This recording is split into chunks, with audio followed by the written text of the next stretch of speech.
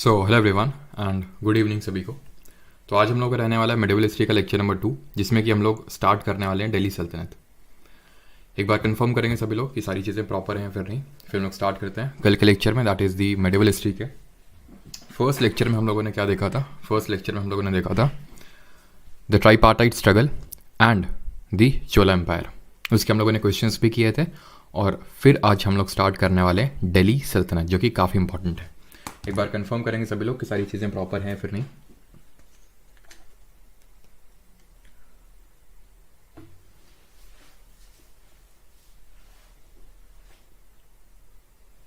Right, good evening सभी को। चलिए, तो बिफोर स्टार्टिंग दी दिल्ली सल्तनत वाला पार्ट, ठीक है, वैसे तो हम लोग का टॉपिक है आज का दिल्ली सल्तनत, लेकिन ये स्टार्ट करने से पहले अब देखिए, जब हम दिल्ली सल्तनत जब मैं बोलता हूँ तो आप में से काफ़ी लोगों ने मूवी भी देखी होगी, है ना, पृथ्वीराज चौहान वाली और भी आपने बहुत सारी मूवीज़ और स्टोरीज सुने होंगी जिसमें कि आपको पता है कि किस तरह से इंडिया में इस्लामिक इन्वेजन होता है या फिर इस्लाम धर्म का एक तरह से शुरुआत होता है। लेकिन एकदम से नहीं हो गया, कैसे हुआ? फॉरेन इन्वेजन से शुरू हुआ होगा। तो बिल्कुल सबसे पहले हम यहाँ पे पढ़ेंगे फॉरेन इन्वेजन, कि किस तरह से जो दिल्ली सल्तनत जिसको हम पढ़ने वाले हैं, बिकॉज दिल्ली अब यहाँ पे सीट बनेगा बहुत सारे एम्पायर्स की। जैसे कि ये तो पूरा दिल्ली सल्तनत में जितने सारे एम्पायर्स, जितनी सारी डायनेस्टीज़ आई, उसके आगे हम लोग मुगल्स के बारे में भी देखेंगे। उनका भी जो कैपिटल रहा वो majority of the time Delhi ही रहा। किस वजह से दिल्ली इतना इंपॉर्टेंट क्यों है और यहाँ पे इसकी इंपॉर्टेंस कब से शुरू हुई, ये सारी चीज़ें हम लोग पढ़ेंगे। तो सबसे पहले जो फॉरेन इन्वेजन की अगर हम बात करें, या फिर सबसे पहले फॉरेन इन्वेजन तो नहीं, सबसे पहले इस्लामिक इन्वेजन की अगर मैं बात करूं, सबसे जो पहला इस्लामिक इन्वेजन हुआ या फिर मुस्लिम इन्वेजन हुआ वो मोहम्मद बिन कासिम ने किया 712 ईस्वी में, 712 एडी में। सर जो भी इस तरह के जो डाउट्स होते हैं प्लीज़ लास्ट में आप पूछेंगे तो ज़्यादा सही रहेगा, ठीक है। तो सब सर आपका ऐप काम नहीं कर रहा, क्या प्रॉब्लम आ रहा है? चलो मैं लास्ट में लूँगा डाउट्स, ठीक है। तो जो मोहम्मद बिन कासिम है उसका इन्वेजन 712 एडी में होता है। कहाँ पे? सिंध प्रांत में होता है, सिंध प्रोविंस में। अभी सिंध प्रांत पड़ता कहाँ पे है?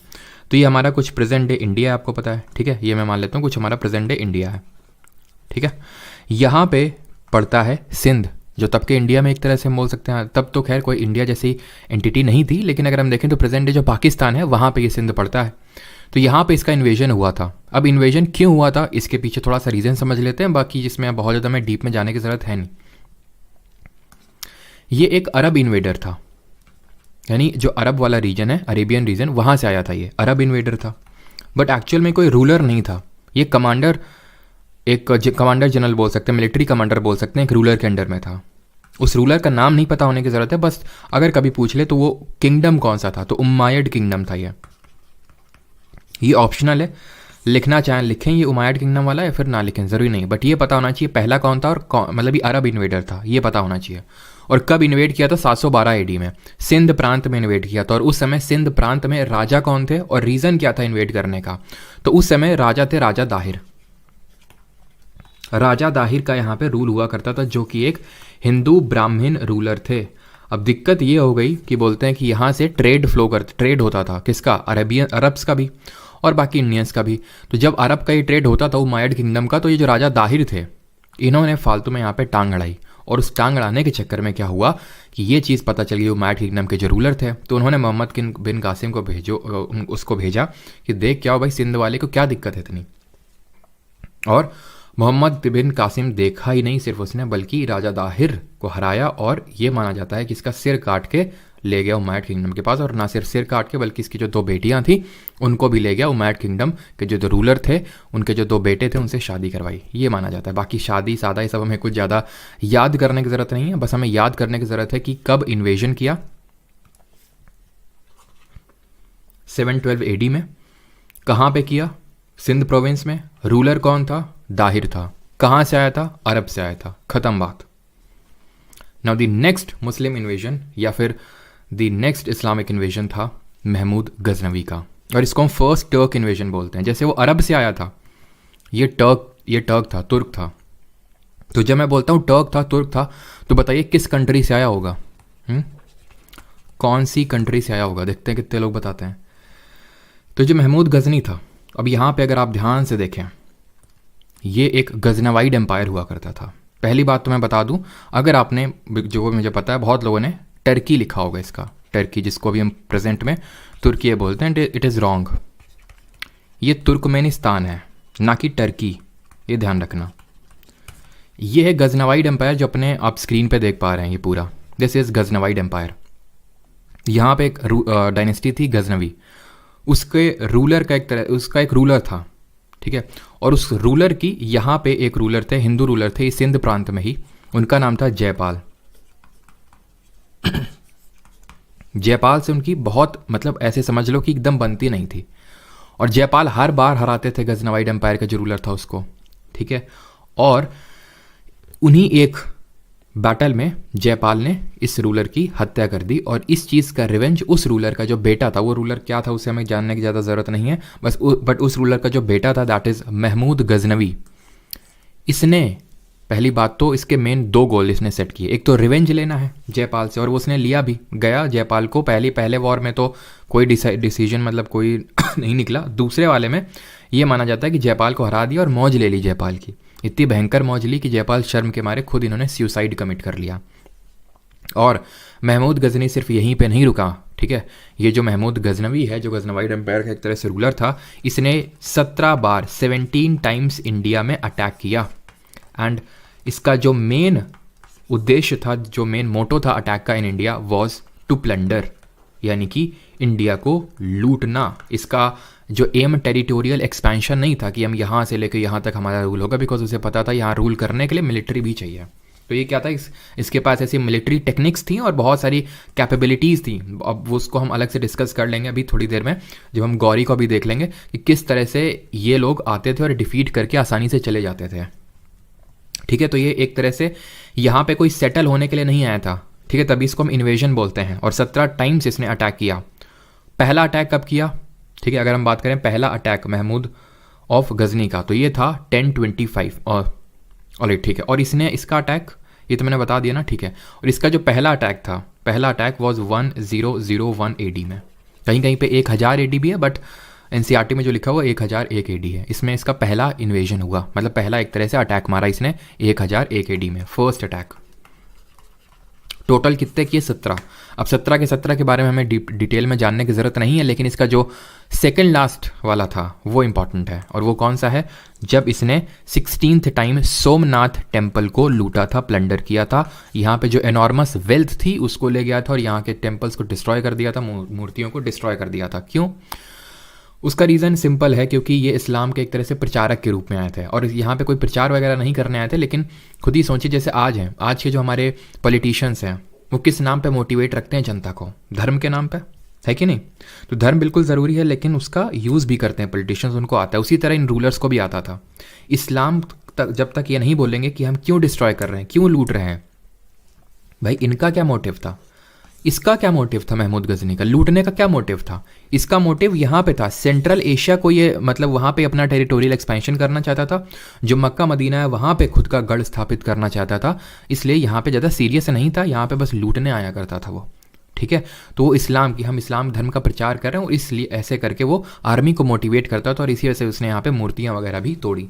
हमने पहले भी देखा था यहाँ पे चेरा, चोला, पांड्या, पल्लवास थे, ये भी एक दूसरे पर अटैक करते थे, टेम्पल्स डिस्ट्रॉय करते थे, बट मूर्तियाँ नहीं तोड़ते थे। ये सब कुछ ये माना जाता है कि यहाँ पे सोने का गेट लगा हुआ था, सोने की मूर्तियाँ थी शिव जी की, वो सब ले गया। और भाई साहब जब लौट रहे थे तो यहाँ पे जाट होते हैं और जाट की एक ट्राइब होती है खूंखार, ठीक है। ये खूंखार ट्राइब ने जो है जो जाट की ट्राइब थी इस पर अटैक कर दिया, बेइज्जती कर दी इसकी, वो सोने का गेट भी ले लिया। तो इसने सोचा, या फिर ये हम बोल सकते हैं कि इसने लास्ट टाइम अटैक किया इंडिया में, दैट वाज 17th टाइम, बस वही रिवेंज लेने के लिए जाट से, और उसके बाद इसकी हो जाती है डेथ। ये जो अटैक करता है सोमनाथ में, अगर हम बात करें 1025 AD में करता है, और जो जाट्स पे अटैक करता है लास्ट, ये रफली 1027 AD। और इसकी जो डेथ है हम बोल सकते हैं इसकी मृत्यु वो होती है इन द ईयर 1030 AD। ये हमें कुछ चीज़ें याद रखनी है। तो मैं फिर से समराइज कर देता हूँ कि महमूद गजनवी में हम लोगों ने क्या चीज़ें पढ़ी। सबसे पहले तो पहला टर्क इन्वेडर है, टर्क मतलब टर्कमेनिस्तान। अब आपको लगेगा देखिए यहाँ पे टर्कमेनिस्तान अगर हम बात करें तो हटा दूं क्या, इतना हटा देता हूँ यहाँ पे अगर हम टर्कमेनिस्तान अगर प्रेजेंट डे अगर आप देखो तो अफगानिस्तान के ऊपर देखने मिलेगा आपको, ठीक है, यहाँ पे अफगान। और अगर हम आगे जब मुगल्स पढ़ेंगे ना, जो मुगल अकबर बाबर ये सब, तो ये लोग खुद को मंगोलाइड बताते हैं। वैसे ये रहते थे उज़्बेकिस्तान में, कौन, ये सब बाबर वगैरह उज़्बेकिस्तान से आते हैं, बट ये खुद को मंगोलॉइड ओरिजिन का बताते हैं। मंगोलिया एक कंट्री है, चाइना के ऊपर पड़ती है, ठीक है। वैसे ये लोग भी अफगानिस्तान वाला ये जो रीजन है यहाँ पर रूल कर रहे थे, लेकिन तब थोड़ी नहीं होता था अफगानिस्तान, तब तो एक तरह से तुर्कमेनिस्तान वाला ही प्रोविंस का ये हुआ करता था, ठीक है। तो उसी का ही ओरिजिनेटर खुद को बोला करते थे। तो एक तो हमने देखा पहला टर्क इन्वेडर है, कब अटैक किया इंडिया में, 1001 एडी में, बहुत आसान है। फिर 1000 एडी सिंपल याद रख लो, 17 बार अटैक किया इसने। मेन इसका उद्देश्य लूटना था, प्लंडर था, टेरिटोरियल एक्सपेंशन बिल्कुल नहीं था। इसकी डेथ 1030 एडी में होती है, लेकिन उससे पहले इसने सोमनाथ मंदिर को लूटा। That was is 16th attack 1025 AD में, और 17th attack last in 1027 AD में हुआ था। क्या हमेशा डेट एकदम रट्टी होनी चाहिए? बिल्कुल बहुत ज़्यादा रट्टी हुई नहीं होनी चाहिए। पहला वाला आप देख लो कि कब अटैक हुआ था, ये चीज़ पता होना चाहिए। कहाँ से आया था वो तो आई थिंक याद हो गया होगा। कितनी बार, वो भी हम लोग स्टोरी पढ़ते रहते हैं, 17 बार। लेकिन हम लोग वो 17 बार जो स्टोरी है वो मोहम्मद गौरी से रिलेट करते हैं, है ना। अब ये मोहम्मद गौरी को आगे पढ़ेंगे, लेकिन वो ट्रू नहीं है। 17 बार अटैक गजनवी ने किया था, ठीक है। अब आ जाते हैं गौरी पे भी जरा, लेकिन उससे पहले इसके टाइम पे कुछ राइटर्स हुए जिन्होंने कुछ किताबें लिखी, और उसमें से एक किताब थी शाहनामा। शाहनामा यानी बुक ऑफ किंग्स, ठीक है। ये शाहनामा शाहजहां से इसका कोई लेना देना नहीं है, ध्यान रखना। इसको लिखा था अली फिरदौसी ने, इसी टाइम पे, इसी का कंटेम्प्रेरी था महमूद गजनी का, ठीक है। और एक थी आपकी तहकीक हिंद, ये किताब I think Shahnama, I think CGL mains में इस बार पूछी भी गई है ना, तहकीक ए हिंद। और ये जो बुक के राइटर हैं वो अल बरूनी। तो ये आपको दो याद रख लेनी है। Now coming on to the second Turk invader, Mohammad Ghori. अब जो मैंने आपको ये पूरा गजनवाइड एम्पायर दिखाया था, यहाँ पे दूसरी डायनेस्टी आ चुकी थी, and that was Ghurid empire. और घुरिद एम्पायर का एक तरह से जो रूलर था, उसका भाई था ये मोहम्मद गौरी, जिसका एक्चुअल में नाम था मोइजुद्दीन मोहम्मद। मोइजुद्दीन मोहम्मद इसका नाम था। अब इसको भेजा गया था कि भाई देखो, इंडिया में थोड़ा सा टेरिटोरियल एक्सपेंशन अपन को करना है, जाके देखो क्या वहाँ पे अपॉर्चुनिटीज़ हैं अपने लिए। तो इसने पहला अटैक मारा 1175 एडी में और हार गया। कहाँ पे मारा? पहला अटैक जो इसका मुल्तान में हुआ 1175 एडी में, ठीक है। यहाँ पे मैं लिख देता हूँ, इसका जो पहला अटैक था वो 1175 में ही होता है। इसका नाम क्या था? मोइजुद्दीन मोहम्मद, जिसको हम शॉर्ट में मोहम्मद घुरी बोलते हैं या फिर मोहम्मद गौरी बोलते हैं, ठीक। तो 1175 एडी में इसने पहला अटैक किया, कहाँ पे? मुल्तान में। He was defeated. He again attacked 1178 AD. कहाँ पे अटैक किया? इसने गुजरात में अटैक किया। He was again defeated. Defeated by whom? Defeated by ruler Bhim the second. और इसी साल एक फीमेल रूलर भी थी, मुझे एग्जैक्टली तो नाम याद नहीं आ रहा है, सोलंकी और चालुक्यन रूलर थी वो, और उन्होंने भी इसको हराया था। आई थिंक कुमार देवी करके कुछ नाम था, ठीक है। और उन्होंने भी इसको हराया था, मोहम्मद गौरी को। तो she was the female ruler जिसने कि मोहम्मद गौरी को हराया था। एंड देन इन दो वॉर्स के बाद अभी हो क्या रहा था यहाँ पे, थोड़ा सा समझिए। ये इंडिया है, ठीक है।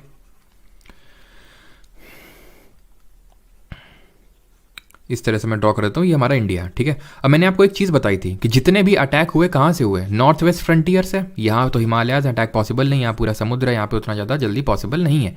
सारे अटैक यहीं से हो रहे थे, चाहे वो मोहम्मद बिन कासिम ने इन्वेजन किया हो या फिर महमूद ऑफ गजनी ने किया हो।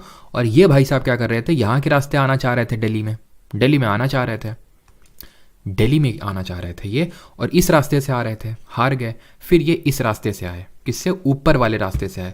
और जब ये यहाँ तक पहुँचे, भटिंडा तक पहुँचे, देन ये चीज़ जो है पृथ्वीराज चौहान यहाँ पे रूल कर रहे थे। कौन रूल कर रहे थे? अगर हम बात करें, ये पूरा अगर इंडिया है या ये दिल्ली है, तो यहाँ पे राजपूत डायनेस्टी थी। दिल्ली में कौन राजपूत डायनेस्टी थी? चौहान डायनेस्टी। और चौहान डायनेस्टी के एक रूलर थे पृथ्वीराज थर्ड, जिनको कि हम पृथ्वीराज चौहान के नाम से भी जानते हैं, पृथ्वीराज चौहान। लेकिन इस चीज़ को ध्यान रखना कि ये जो दिल्ली है कैपिटल, सबसे पहले चौहान राजपूत रूलर्स की नहीं रही। और ये राजपूत रूलर्स का ओरिजिन कैसे हुआ, ये भी हम लोगों ने देखा था कि जो हमारी गुर्जर प्रतिहार डायनेस्टी थी, जो कि बड़ी डायनेस्टी थी, उसके जब उसका एक तरह से हम बोल सकते हैं वीक हुई, उसके जो फ्यूडेटरीज थे उन्होंने खुद को ऑटोनमस घोषित कर दिया, और वो ही फ्यूडेटरीज हमारे आए कौन, यहाँ पे सोलंकी है गुजरात में, ठीक है, मालवा रीजन में परमार्स आए, और यहाँ पे आपका गढ़वाल आए जो कन्नौज वाला रीजन है, और यहाँ पे आपकी तोमर डायनेस्टी आई, ठीक है। तोमर डायनेस्टी ने सबसे पहले दिल्ली को अपना कैपिटल डिक्लेयर किया, और उसी ने ही ये माना जाता है तोमर डायनेस्टी ने ही दिल्ली को स्थापित किया और सबसे पहले अपना कैपिटल बनाया। देन ये चौहान डायनेस्टी ने तोमर डायनेस्टी को हरा के वहाँ पे अपना स्वामित्व स्थापित किया, और वहाँ के जो रूलर थे पृथ्वीराज III जो 16 साल की उम्र में जिन्होंने राजगद्दी पे आ गए, पृथ्वीराज चौहान ने पूरा ऑक्यूपाई किया। पहला अपना बैटल जीते और दूसरा हार गए, किससे, इन्हीं से हारे थे, भीमदा सेकंड से। खैर वो चीज़ें इंपॉर्टेंट नहीं है, अब जो चीज़ इंपॉर्टेंट है वो ये है कि जो इन दोनों के बीच में वॉर होता है, किसके बीच में, मोहम्मद गौरी और पृथ्वीराज III के बीच में। क्यों, क्योंकि पृथ्वीराज III अब यहाँ तक आ चुका था, भटिंडा तक, तो यहाँ पे दिल्ली और भटिंडा के बीच में एक जगह पड़ती है तराइन, और यहाँ पे तराइन में हुआ युद्ध, तराइन में युद्ध हुआ, 2 युद्ध हुए। पहला युद्ध हुआ फर्स्ट वाला, first battle of Tarain, first battle of Tarain. ये युद्ध कब हुआ, ये युद्ध हुआ 1191 ईस्वी में, 1191 एडी में। पृथ्वीराज वॉन, ठीक है, पृथ्वी वॉन, इन शॉर्ट पृथ्वीराज जीत गए इसमें।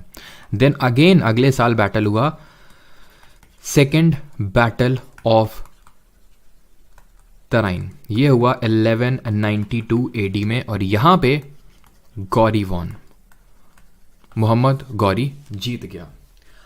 अब इसको लेके भी काफ़ी सारी स्टोरीज हैं, जैसे कि सबसे पहली बात तो जो ट्रू स्टोरी है, जिसको ट्रू माना जाता है, दैट इज, या फिर हम पहले स्टोरीज डिस्कस कर लेते हैं कि यहाँ पे गढ़वाल,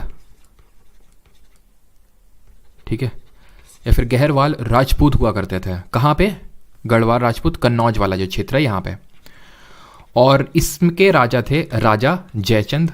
तो ये माना जाता है कि पृथ्वीराज चौहान और राजा जयचंद के बीच में बहुत ज़्यादा लड़ाई थी, यानी एक दोनों की बिल्कुल भी पटती नहीं थी, गहरवाल और चौहान्स की, और राजा जयचंद वन ऑफ दी वो थे, एकदम एनिमी थे। और यही कारण है कि बोला जाता है जब पृथ्वीराज III ने ये जब इस चीज़ को भांप लिया, किस चीज़ को, कि फिर से अटैक आने वाला है गौरी का, क्योंकि पहले वाले में अगेन ये स्टोरी ये बोला जाता है कि पृथ्वीराज चौहान जी ने छोड़ दिया गौरी को कि जाओ जी लो अपनी ज़िंदगी। लेकिन क्या ये ट्रू है? अब देखिए इसके सोर्स क्या है। पहली बात तो ये चीज़ समझ लो कि राजा जयचंद वाली स्टोरी तो ट्रू है, ये मानी जाती है। क्यों? क्योंकि राजा जयचंद, ये बात तो ट्रू है कि जयचंद और यानी कि जो गढ़वाल हमारे किंग्स हैं और इनकी चौहान्स की बिल्कुल नहीं बनती थी, तो इस वजह से सपोर्ट में नहीं आया। और ये माना जाता है कि मोहम्मद गौरी को इन्होंने ही इन्विटेशन दिया था कि आओ और यहाँ पे अटैक करो, ये सही टाइम है। लेकिन और भी बहुत सारी स्टोरीज अटैच हैं, जिनमें कि मैंने आपको ये बताया कि मोहम्मद गौरी को छोड़ दिया पृथ्वीराज चौहान ने फर्स्ट बैटल ऑफ तराइन में, और उनकी वो सबसे बड़ी गलती थी। और राजा जयचंद क्यों इनसे खफा थे पृथ्वीराज III से? बिकॉज इनकी बेटी थी, उनकी बेटी का नाम क्या था? संयोगिता, ठीक है।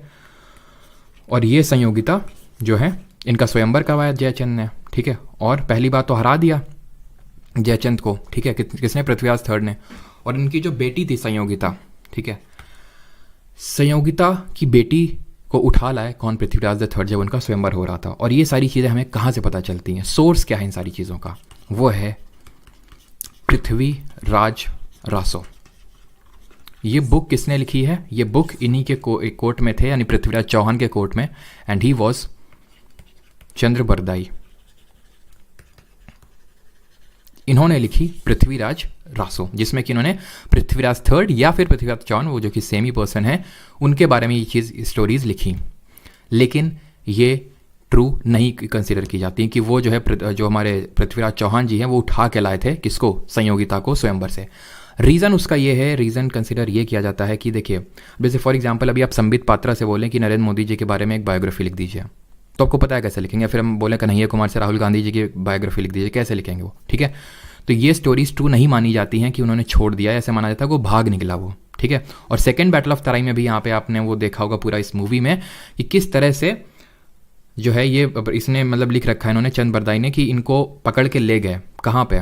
वहीं मुल्तान में पकड़ के ले गए, और उसके बाद इनको शब्दभेदी बाण लगाना आता था, ठीक है, मारना आता था, और वो सारी चीज़ें स्टोरी जो आपने मूवी में देखी होंगी, मुझे बताने की ज़रूरत है नहीं। लेकिन ये सारी चीज़ें ट्रू कंसिडर नहीं की जाती हैं। कुछ हिस्टोरियंस का मानना है कि इनको रूल करने के लिए अजमेर प्रोविंस में दे दिया गया था कि आप रूल कर लो, ठीक है। और उसके बाद ये कॉन्स्पिरेसी करते हुए पाए गए थे, जिसके बाद मोहम्मद गौरी ने इनको मार डाला। और कुछ का मानना है कि नहीं, पहले इनको तुरंत ही मार डाला गया था, ठीक है। लेकिन अब यहाँ इसके बाद कुछ और होने वाला था।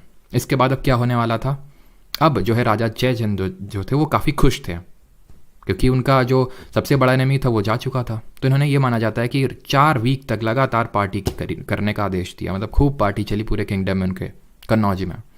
लेकिन यहाँ पे अगेन एंट्री होती है मोहम्मद गौरी की, और मोहम्मद गौरी ने यहाँ पे अब बैटल होता है, battle of Chandawar in the year 1194, जिसमें कि अब राजा जयचंद की जो है वो हत्या कर देता है 1194 AD में, बैटल ऑफ चंदावर। ठीक है, बैटल ऑफ चंदावर होता है जहाँ पे राजा जयचंद जो है उनकी हत्या कर देता है मोहम्मद गौरी।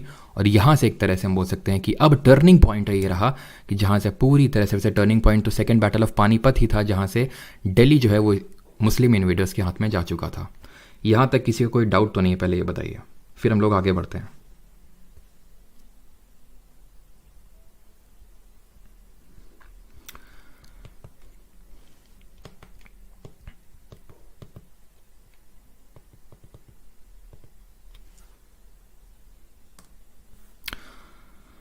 चलिए स्टार्ट करें आगे फिर हम लोग। तो एक चीज़ ध्यान रखना कि अब यहाँ से क्या हो रहा है, यहाँ से ये हो रहा है कि अब किसका रूल है यहाँ पे अब रूल है मोहम्मद गौरी का। लेकिन ऐसा नहीं कि मोहम्मद गौरी यहाँ पे खुद रूल कर रहा है। मोहम्मद गौरी ने एक काम किया, एंड दैट वो एक काम वो किया उसने कि इसके 4 इंपॉर्टेंट स्लेव थे जिस पे ये बहुत भरोसा करता था। उसमें से एक था कुतुबुद्दीन ऐबक, ठीक है, कुतुबुद्दीन ऐबक एक स्लेव था इसका। दूसरा स्लेव था याल्दूस, ठीक है, याल्दूस। तीसरा इसका था कुबाचा, ठीक है, कुबाचा। और चौथा था बख्तियार खिलजी, ठीक है, बख्तियार खिलजी। इसने कुछ कुछ प्रोविंसेस सबको दे दी है, और उसमें से सबसे इंपॉर्टेंट कुतुबुद्दीन ऐबक था इसका स्लेव। सारे स्लेव्स थे, और यही कारण है कि ये क्यों ये लोग जीते थे। सर पानीपत नहीं, पानीपत अभी कहाँ पे आ जाएगा, ये तराइन का युद्ध है। पानीपत अभी आएगा 1526 में, ठीक है, अभी नहीं। राइट, चलिए। तो उसमें से ये कुतुबुद्दीन ऐबक था, और ये लोग स्लेव हुआ करते थे। होता ये था कि देखो इंडिया भैया, अगर आप देखो तो क्यों हम ही लोग के घर में आके हरा जाते थे राजपूत्स को, क्यों हरा जाते थे, रीज़न उसके कई थे। जैसे कि एक तो हम हाथी में लड़ रहे हैं, वो उनके पास एकदम टर्किश घोड़े हैं, और वो घोड़े भी बहुत ही बढ़िया ब्रीड के होते थे। अब जितनी देर में वो भाई साहब इधर उधर देखेंगे हाथी, तब तक तो वो काम कर देगा।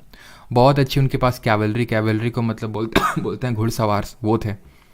बहुत अच्छे उनके पास जो आर्म्स एंड एमिनिशंस होते थे वो होते थे कि आप कहीं पे भी मारो उनको, वो मरेंगे ही नहीं, क्योंकि पूरा स्टील का अंदर वो रहता था, ठीक है। ये कुछ कारण थे, और वो ये भी था कि वो बहुत ही ऑर्गेनाइज थे, जो कि राजपूत से नहीं थे, ठीक है। तो वो काफ़ी सारे कारण थे। लेकिन हमें कौन सा यूपीएससी में मेंस लिखने जाना है जो हमें ये सब चीज़ें जानने की ज़रूरत है, हमें सिर्फ फैक्ट्स जानने की ज़रूरत है यहाँ पर। तो ये सारे थे, और कुतुबुद्दीन ऐबक उसमें से सबसे ट्रस्टेड था गौरी का, रीज़न क्योंकि उसका दामाद भी था।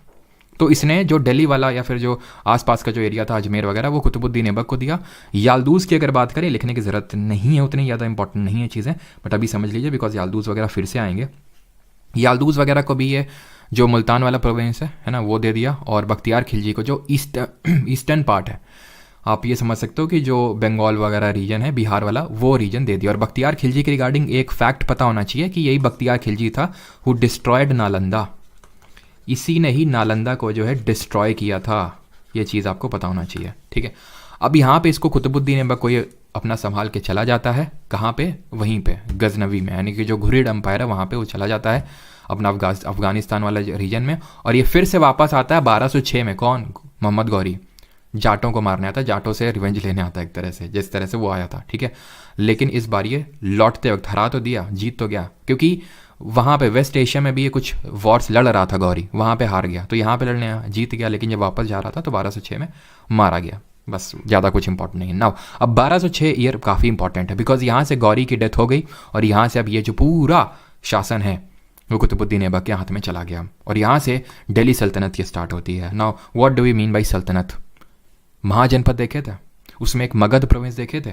मगध में हम लोगों ने देखे थे डिफरेंट डायनेस्टीज आई। पहले कौन सी आई थी? Haryanka dynasty, Shishunaga dynasty, then Maurya dynasty, then हमने देखा Shunga dynasty, then Kanva dynasty. ये सब डायनेस्टीज थी उस पूरे मगध प्रोविंस में। वैसे ही दिल्ली सल्तनत में डिफरेंट डायनेस्टीज आई, और उसमें से सबसे पहले डायनेस्टी आई दी स्लेव डायनेस्टी। किस साल में? 1206 में इसकी एक तरह से स्थापना हुई। और किसने स्थापना करी इसकी? कुतुबुद्दीन ऐबक ने। ये जो स्लेव डायनेस्टी है, इसको हम स्लेव डायनेस्टी क्यों बोलते हैं? बिकॉज इसमें जितने भी इंपॉर्टेंट रूलर्स रहे, चाहे वो कुतुबुद्दीन ऐबक रहा या फिर आगे भी हमारे इल्तुतमिश शाह बलबन आए, वो सब स्लेव्स थे कहीं ना कहीं। और क्योंकि वो स्लेव थे, जैसे कि कुतुबुद्दीन ऐबक गुलाम था किसका? मोहम्मद गौरी का। इसके आगे जो आता है इल्तुतमिश, वो भी इसका गुलाम होता है। ऐसे बलबन आता है, वो इल्तुतमिश का गुलाम होता है। तो इसलिए इसका स्लेव डायनेस्टी या फिर इसको मामलुक वंश के नाम से भी जानते हैं, मामलुक डायनेस्टी। और ये जो स्लेव डायनेस्टी के रूलर थे, ये चीज़ ध्यान रखनी है आपने, ये इल्बारी ट्राइब से बिलोंग करते थे। एक वहाँ पे तुर्कमेनिस्तान में एक ट्राइब हुई जिसका नाम हुआ इल्बारी, और ये इल्बारी ट्राइब से सारे बिलोंग करते थे मेनली। तो इनको हम बोलते हैं कि इल्बारी डायनेस्टी भी कभी कभी बोल देते हैं, ठीक है। तो कुतुबुद्दीन ऐबक के बारे में वैसे अभी हम सारी चीज़ें पढ़ेंगे। तो स्लेव डायनेस्टी सबसे पहले आई, देन इसके बाद आती है खिलजी डायनेस्टी, 1290 से 1320 तक रूल रहा। देन आती है तुगलक डायनेस्टी, जिसका रूल 1320 से 1414 तक रहा। देन आती है सैयद डायनेस्टी, जिसका रूल 1414 से लेकर 1451 तक रहा। देन आती है द लास्ट डायनेस्टी, 1451 से लेकर 1526 तक, जिसका रूल रहा। और ये 1526 में इसके बाद से अब हमारा मुगल वंश की स्थापना हो जाती है, मुगल डायनेस्टी इस्टेब्लिश हो जाती है। इज दैट क्लियर यहाँ तक सभी को? और अब इसको अगर आपको याद करना हो, अगर आपको याद नहीं हो रहा है तो इसको याद भी आप इस तरह से कर सकते हैं, सख्त लौंडा करके, ठीक है। ऐसे कर याद कर सकते हो, सख्त सा लौंडा, ठीक है। एक सेकंड रुकिएगा।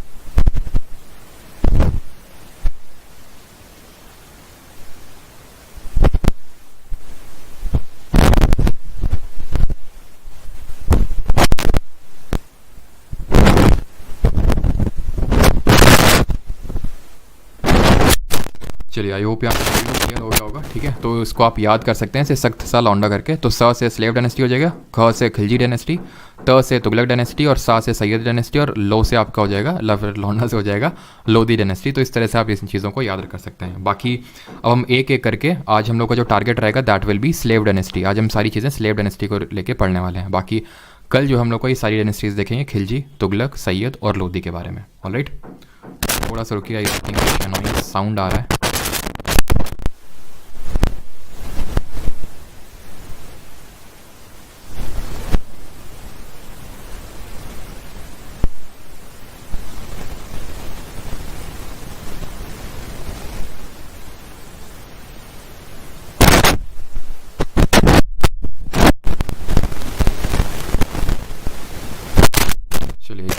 साउंड चला गया होप, है ना। चलो, तो इतनी चीज़ क्लियर। अब हम एक एक करके स्लेव डायनेस्टी के रूलर्स के बारे में पढ़ेंगे। और सबसे पहले इसमें रूलर हुआ कुतुबुद्दीन ऐबक, 1206 से लेकर 1210 AD तक। और एक चीज़ ध्यान रखना, ये अभी दिल्ली सल्तनत हम पढ़ रहे हैं, बट इसने दिल्ली से अपना रूल स्टार्ट नहीं किया। लाहौर उस समय कैपिटल हुआ करती थी दिल्ली सल्तनत की, लाहौर। अब दिल्ली किसने शिफ्ट करी और क्यों शिफ्ट करी वो भी देखेंगे, उसका रीज़न भी। तो दिल्ली सल्तनत स्टार्ट होता है कुतुबुद्दीन ऐबक या फिर स्लेव डायनेस्टी के साथ। और सबसे पहली चीज़, he was given the title of Lakh Bakhsh, giver of lakhs. यानी ये माना जाता था कि जो भी इसके पास जाता था वो खाली हाथ नहीं आता था, ठीक है। मतलब ये जो भी इसके पास मतलब पैसे वगैरह मांगने के लिए जाता था कुछ भी, तो ये दे देता था। ऐसा कहा जाता है कि काफ़ी उदारवादी था। तो is known as Lakh Bakhsh. He died in 1210 AD while playing chaugan और पोलो, यानी कि इसकी मृत्यु हो गई थी चौगान और या फिर पोलो खेलते वक्त। अभी चौगान होता क्या वो देख लीजिए यहाँ पे। तो ये एक गेम होता है जो घोड़े पे बैठ के खेला जाता है, और इसी को खेलते वक्त कुतुबुद्दीन ऐबक को इंजरीज हुई, जिसके बाद उसकी डेथ हो गई। Alright, third point is he constructed 2 mosques, Quwwatul Islam at Delhi and Adhai Din का झोपड़ा। अब देखो, अब उस टाइम पे ये लोग किस लिए आए थे, ठीक है, टेरिटोरियल एक्सपेंशन तो था ही, बट ये इस्लाम का भी प्रचार करना चाहते थे। अब इस्लाम का प्रचार कैसे करेंगे? तो इस्लाम का प्रचार इन्होंने किया डिफरेंट इस्लामिक आर्किटेक्चरल मार्वल्स बनवा के। और ये माना जाता है इन्होंने पूरा स्क्रैच से नहीं बनवाया। इन्होंने ये किया कि जो भी यहाँ पे मंदिर वगैरह, और ये बोला जाता है, अभी हम देखेंगे कुतुबुद्दीन ऐबक ने ही कुतुब मीनार का निर्माण शुरू करवाया था। और वो ये माना जाता है कि बहुत सारे मंदिर जो यहाँ पे एग्जिस्ट करते थे उनको तोड़ के उसके मलबे से बना है, और वो लिखा भी है यहीं पर। वो थोड़ा चिढ़ाने के पर्पज़ से भी है।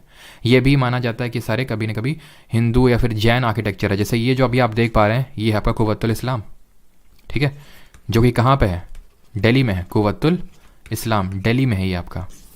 और ये आप देख सकते हैं मेहरौली पिलर, ये कुतुब मीनार के पास में ही, अगर आप देख पा रहे हो, ये कुतुब मीनार है और ये आपका कुव्वतुल इस्लाम। और इसमें एक पर्टिकुलर जो आर्किटेक्चर यहाँ पे आप देख पा रहे हैं, इस पर्टिकुलर इस पर्टिकुलर आर्किटेक्चर का जो है, इसको एक टेक्निक भी बोलते हैं, that technique is called as corbelled technique. ध्यान रखना, ठीक है, इसको हम लोग कॉर्बेल्ड टेक्निक के नाम से भी जानते हैं। और कभी अगर आपसे बाउली पूछ ले, बाउली क्या होता है, अभी मैं बाउली एकदम से क्यों बता रहा हूँ, बाउली ध्यान रखना ये स्टेप्ड टैंक होते हैं, अगर कभी पूछ ले इसको नोट कर लेना, बिकॉज आगे आए ना आए, तो इसलिए मैं अभी आपको बता रहा हूँ, बिकॉज ये एनसीईआरटी में लिखा हुआ है, ठीक है, तो पूछा जा सकता है। तो बाउली आपके स्टेप्ड टैंक होते हैं ऐसे करके, ठीक है, मतलब टैंक मतलब एक स्टेप्ड हम बोल सकते हैं, टैंक होते हैं या फिर वेल होते हैं, कुएं होते हैं जिसमें स्टेप्स ऐसे होते हैं, ठीक है। तो कुव्वतुल इस्लाम के रिगार्डिंग आपको चीज़ याद रखनी है कि ये कॉर्बेल टेक्निक में बना हुआ है। एंड देन ये है हमारा 2.5 दिन का झोपड़ा, ठीक है, इसको आप याद कर सकते हैं, ठीक है। और 2.5 दिन का झोपड़ा अपनी कोई ट्रिक बना के, ट्रिक तो मेरे दिमाग में आ रही है एकदम से, लेकिन मैं बता नहीं सकता हूँ ठीक है। तो ये माना जाता है ये जैन आर्किटेक्चर हुआ करता था, ये जैन मोनेस्ट्री हुआ करती थी, जिसको तोड़वा के उसने यहाँ पे थोड़ा सा इस्लामिक जो आर्किटेक्चर होता था उसका रूप दे दिया और इसको मॉस्क में कन्वर्ट कर दिया। ये कहाँ पे है, ये आपकी अजमेर में, ये आपकी अजमेर में है। और Qutbuddin Aibak also began the construction of Qutub Minar in the honour of famous Sufi saint Khwaja Qutbuddin Bakhtiyar Kaki. ये एक सूफी सेंट थे जो जिसको ये अपना गुरु मानता था, कुतुबुद्दीन ऐबक, उनके नाम पे, खुद के नाम पे नहीं, उनके नाम पे, जो इसका गुरु था सूफी सेंट ख्वाजा कुतुबुद्दीन बख्तियार काकी, जिनकी अगर हम जिस क्या बोलते हैं इस्लाम में, मतलब कब्र है ना, कब्र, तो उनकी कब्र जो है इसी के पास है, जो कुतुब मीनार है इसी के पास में इनकी कब्र भी है, किसकी, ख्वाजा कुतुबुद्दीन बख्तियार काकी। और ये है आपकी कुतुब मीनार। इसमें टोटल 5 स्टोरेज हैं, 5 मतलब 5 माले में बना हुआ है, ठीक है। तो ये 5 माले, इसमें ये चीज़ ध्यान रखना है, 5 स्टोरेज हैं, जिसमें कि पहला तो कुतुबुद्दीन ऐबक ने एक बनवाया था, लेकिन इसका जो निर्माण है वो पूरा करवाने का काम किया था किसने, इल्तुतमिश ने। और आगे हुआ क्या कि आगे जो लाइटनिंग वगैरह हो उससे जो ऊपर के माले टूट जाते थे, जिसको कि फर्दर आगे रूलर्स ने बनवाया, जैसे कि मोहम्मद बिन तुगलक, फिरोज शाह तुगलक, खिलजी ने भी बनवाया इसको, ठीक है।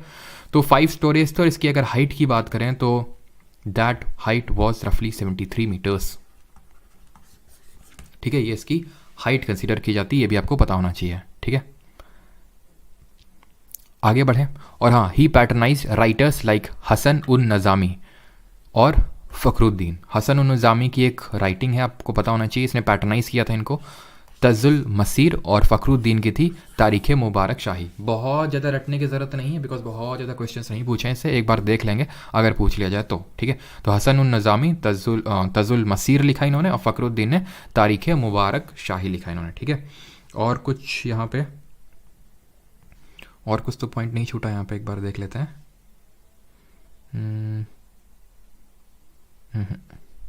चलो ठीक, आगे बढ़े, ठीक है। अब आते हैं शमसुद्दीन इल्तुतमिश, जो कि अगला रूलर था। 4 साल तक मात्र रूल किया था किसने, कुतुबुद्दीन ऐबक ने, 1206 से लेकर 1210 तक। अब इल्तुतमिश का रूल आएगा। इल्तुतमिश कौन है, कुतुबुद्दीन ऐबक का स्लेव है। स्लेव मतलब दास है उसका, और उसका दामाद भी है। जिस तरह से गौरी का दामाद और स्लेव था कौन, आपका ये कुतुबुद्दीन ऐबक, उसी तरह, ठीक। तो एक्चुअल में इल्तुतमिश ऐसे नहीं कि तुरंत रूल पे आ गया, इल्तुतमिश रूल पे नहीं आया। आराम शाह करके एक रूलर था जो कुतुबुद्दीन ऐबक का बेटा था। ये लाहौर की जो जनता थी वो चाहती थी कि हमारा नेता कैसा हो, आराम शाह जैसा हो, ताकि हम भी आराम करें। लेकिन इल्तुतमिश को था नहीं। इल्तुतमिश ने समझाया एनालॉजी को। एनालॉजी उसने इस तरह से समझाई कि देखो, गौरी कुतुबुद्दीन ऐबक राजा, Qutbuddin Aibak Iltutmish slave, Iltutmish should be a राजा। तो उसने एनालॉजी समझाई कि किस तरह कुतुबुद्दीन ऐबक मोहम्मद गौरी का स्लेव था और दामाद भी था, वो किंग बना, उसी तरह हम भी कुतुबुद्दीन ऐबक के दामाद भी हैं, स्लेव भी हैं, हम राजा बनने चाहिए। लाहौर के लोग बोले नहीं ये एनालॉजी हमें अच्छी नहीं लगी, हम रीजनिंग में वैसे एनालॉजी पढ़ के थक चुके हैं, तुम्हारी एनालॉजी हम नहीं समझ पाएंगे अब। तो इसने क्या किया, चलो कोई नहीं, आराम शाह को पहले हराया, ठीक है, और उसके बाद इसने कैपिटल ही शिफ्ट कर दी लाहौर टू दिल्ली। उसको पता था लाहौर में रहकर रूल नहीं कर पाएंगे, इसलिए ही saved Delhi Sultanate from the wrath of Changez Khan. Changez Khan एक मंगोलॉइड रूलर था। ये है आपका चाइना के ऊपर मंगोलिया, यहाँ का रूलर था चंगेज़ खान। जैसे इसका नाम चंगेज़ टाइप है ना, बड़ा भयानक टाइप ही रूलर था, मतलब दया 0 इसके अंदर थी। जैसे आप इसके आगे सामने भीख भी मांगेंगे तो भी ये बिल्कुल भी आपको भाव नहीं देने वाला, इस तरह का रूलर था ये। जहाँ गया वहाँ पे इसने एनॉर्मस किलिंग्स की, एनॉर्मस डिस्ट्रक्शन किया। ये ख्वाराज़मियान एम्पायर है। ये जो आप देख पा रहे हैं ऑरेंज से, इसको इसने टारगेट बनाया, यहाँ पे रूल किया इसने, ठीक। ये है इंडस रिवर, इसके आसपास ये मंडरा रहा था जब इल्तुतमिश दिल्ली में बैठे हुए थे, और इल्तुतमिश को ये चीज़ पता थी, तो इन्होंने पहले ही इस पर्टिकुलर लाहौर को सिक्योर करके रखा था, बिकॉज इनको पता था कि जितने भी इन्वेजन हो रहे हैं वो नॉर्थ वेस्ट साइड से ही हो रहे हैं। इसलिए इन्होंने जो पहले के जो रूलर थे, अगर आपको याद आ रहा हो, वो कुबाचा और कुबाचा मैंने बताया था, और कौन सा रूलर बताया था आपको, याल्दूस। तो ये कुबाचा, याल्दूस और बख्तियार खिलजी, इन सब को साइड किया इसने, इन सब को, जो तीनों थे ना वो अभी भी रूल कर रहे थे। तो कुबाचा, याल्दूस और बख्तियार खिलजी तीनों को साइड किया, और चंगेज़ खान से डायरेक्ट पंगा नहीं लिया। ऐसा नहीं कि चंगेज़ खान से दिल्ली सल्तनत को सेव कर लिया, दैट मीन चंगेज़ खान को हरा दिया, नहीं, हरा नहीं पाया था। चंगेज़ खान अगर आता यहाँ पे तो कोई चांस ही नहीं था कि इल्तुतमिश जीत पाता है, लेकिन वो आया इसलिए नहीं क्योंकि उसको कोई साइंस ही नहीं मिल रहे थे, उसको मोटिवेशन नहीं मिल रही थी अंदर से कि जाएँ तो क्यों जाएँ, क्योंकि पहले से इतना बड़ा एम्पायर है, पहले इसी को संभाल लें। और ऊपर से इंडस रिवर एक नेचुरल फ्रंटियर थी। और तीसरी चीज़ ये था कि इसने जो है, इसका एक मतलब दुश्मन था एक तरह से बोल सकते हैं, इसको शरण ना देकर इसको ऐसे भगा के इसने थोड़ा सा चंगेज़ खान का दिल जीतना चाहा, तो इस तरह से इसने रायत ऑफ चंगेज़ खान से बचा लिया। ये चीज़ आपको पता होनी चाहिए, ठीक। और ये चीज़ आपको पता होना चाहिए कि निज़ामुल मुल्क जो है वज़ीर हुआ करता था, वज़ीर मतलब एक तरह का present day prime minister, Nizamul मुल्क इल्तुतमिश के टाइम पे। ये चीज़ आपको पता होना चाहिए। और एक चीज़ याद रखना कि ये जो है 1227 में इसकी डेथ हो जाती है, किसकी, चंगेज़ खान की। तो हमारे रूलर रूल कब कर रहे हैं, इल्तुतमिश 1211 से लेके 1236, उसमें 1227 में चंगेज़ खान की हो जाती है डेथ, ठीक। अब आगे क्या होता है, अब इल्तुतमिश जी जो हैं इन्होंने करेंसी स्टार्ट करी, सिल्वर कलर के मतलब सिल्वर के टंका और कॉपर के जीतल, इन्होंने करेंसी स्टार्ट करी। He organised the iqta system, उन्होंने इक्ता प्रणाली का आयोजन किया, और इन्होंने ही setup an official nobility of slaves known as Chahalgani या फिर चालीसा, ग्रुप ऑफ 40 स्लेव्स, 40 तुर्क स्लेव्स का इन्होंने ग्रुप बनाया। अब ये माना जाता है टोटल 40 नहीं थे, 24-25 ही थे, लेकिन खैर हमें उतना डीप में नहीं जाना है, बस हमें याद रखना है कि ग्रुप ऑफ 40 स्लेव हुआ करते थे, और वो भी कौन से स्लेव, टर्किश स्लेव, टर्किश होने चाहिए, ये टर्किश स्लेव्स थे। और ये जो स्लेव्स थे कौन थे, एक तरह से जो एबल मिलिट्री कमांडर्स थे। अब ये जो एबल मिलिट्री कमांडर से, इनको जो किंग है उस समय कौन था, इल्तुतमिश, उसने लैंड दे दी थी कि इस लैंड में, ये तुम्हारा लैंड है एक तरह से, और यहाँ से तुम पैसा इकट्ठा करके अपनी सैलरी काट के हमें इकट्ठा करके दे देना। और इसी को बोलते हैं इक्ता सिस्टम। इक्ता का मतलब होता है पीस ऑफ लैंड, जमीन का टुकड़ा। तो पीस ऑफ लैंड में कौन रूल करेगा, ये ग्रुप ऑफ 40 रूल करेंगे, एक एक करके उनको ज़मीन का दे दिया जाएगा, और रेवेन्यू कलेक्ट करके ये किंग को पास इकट्ठा करना होगा अपनी सैलरी काटने के बाद। तो इक्ता भी समझ गया, चहलगानी भी समझ गया, सिल्वर टंका और कॉपर जीतल समझ गया। ये सिल्वर टंका है आपके सामने, ठीक। अब आती हैं हमारी कौन रज़िया सुल्तान आती हैं, ठीक है। तो रज़िया सुल्तान अगर बात करें तो ये बेटी थी इल्तुतमिश की। अब था ये, इल्तुतमिश अपने लास्ट के टाइम पे, लास्ट डेज में काफ़ी ज़्यादा कंफ्यूज रहा करते थे। कंफ्यूज इस सेंस में कि उनको ये था कि बेटे उनके निकम्मे टाइप थे, बेटे पे उनको बिल्कुल भी भरोसा नहीं था कि उनके जो बेटे हैं वो कुछ कर सकते हैं। और आगे बफरिंग हुई है क्या, सौरभ आपका ही हुआ होगा, एक बार देख लेना, आई थिंक मेरे साइड से नहीं, ठीक है, बाकियों को भी नहीं है, ठीक है। तो इनके कई सारे बेटे थे, तो उनको शिफ्ट नहीं करना चाहते थे पावर, बिकॉज इल्तुतमिश को लगता था कि उनकी जो बेटी है वो एबल रूलर बन सकती है, इसी वजह से उन्होंने अपनी बेटी को अपना सक्सेसर नॉमिनेट किया। लेकिन बेटे शांत थोड़ी ना बैठेंगे, है ना, भले एबल ना हो लेकिन बहन को थोड़ी ना बनने देंगे। तो रज़िया ने बोला आओ, सबसे पहले कौन आएगा, तो रुकनुद्दीन बोलते हैं हम आएंगे। तो रुकनुद्दीन को पहले हराया, जो उन्हीं के भाई थे, ठीक है। उसके बाद बाकी लोग ज़्यादा बोले नहीं, तो रुकनुद्दीन को इन्होंने पहले तो हटाया, साइड किया, किसने, रज़िया सुल्तान ने। जिस तरह से हमने देखा था आराम शाह को साइड किया था किसने, इल्तुतमिश ने। अब रज़िया सुल्तान अपना रूल स्टार्ट करती हैं 1236 में। She was the first and the only Muslim lady who ever ruled in India. वह भारत में पहली शासन करने वाली पहली और एकमात्र मुस्लिम महिला थी। ऐसा नहीं कि महिला रूलर्स थी, नहीं थी, लेकिन ये पहली महिला रूलर थी, ठीक है, फर्स्ट फीमेल रूलर थी, alright. Second point, Altunia governor of Bhatinda refuse to accept suzerainty of Razia, ठीक है, and Razia accompanied by Yaqut march against Altunia. अब हुआ क्या, ये जो ग्रुप ऑफ 40 थे, जिस ग्रुप ऑफ 40 स्लेव थे, जो ये चहलगानी सिस्टम था, चालीसा था, जिसको इल्तुतमिश ने सेटअप किया था, ये नहीं चाहते थे कि रज़िया बने।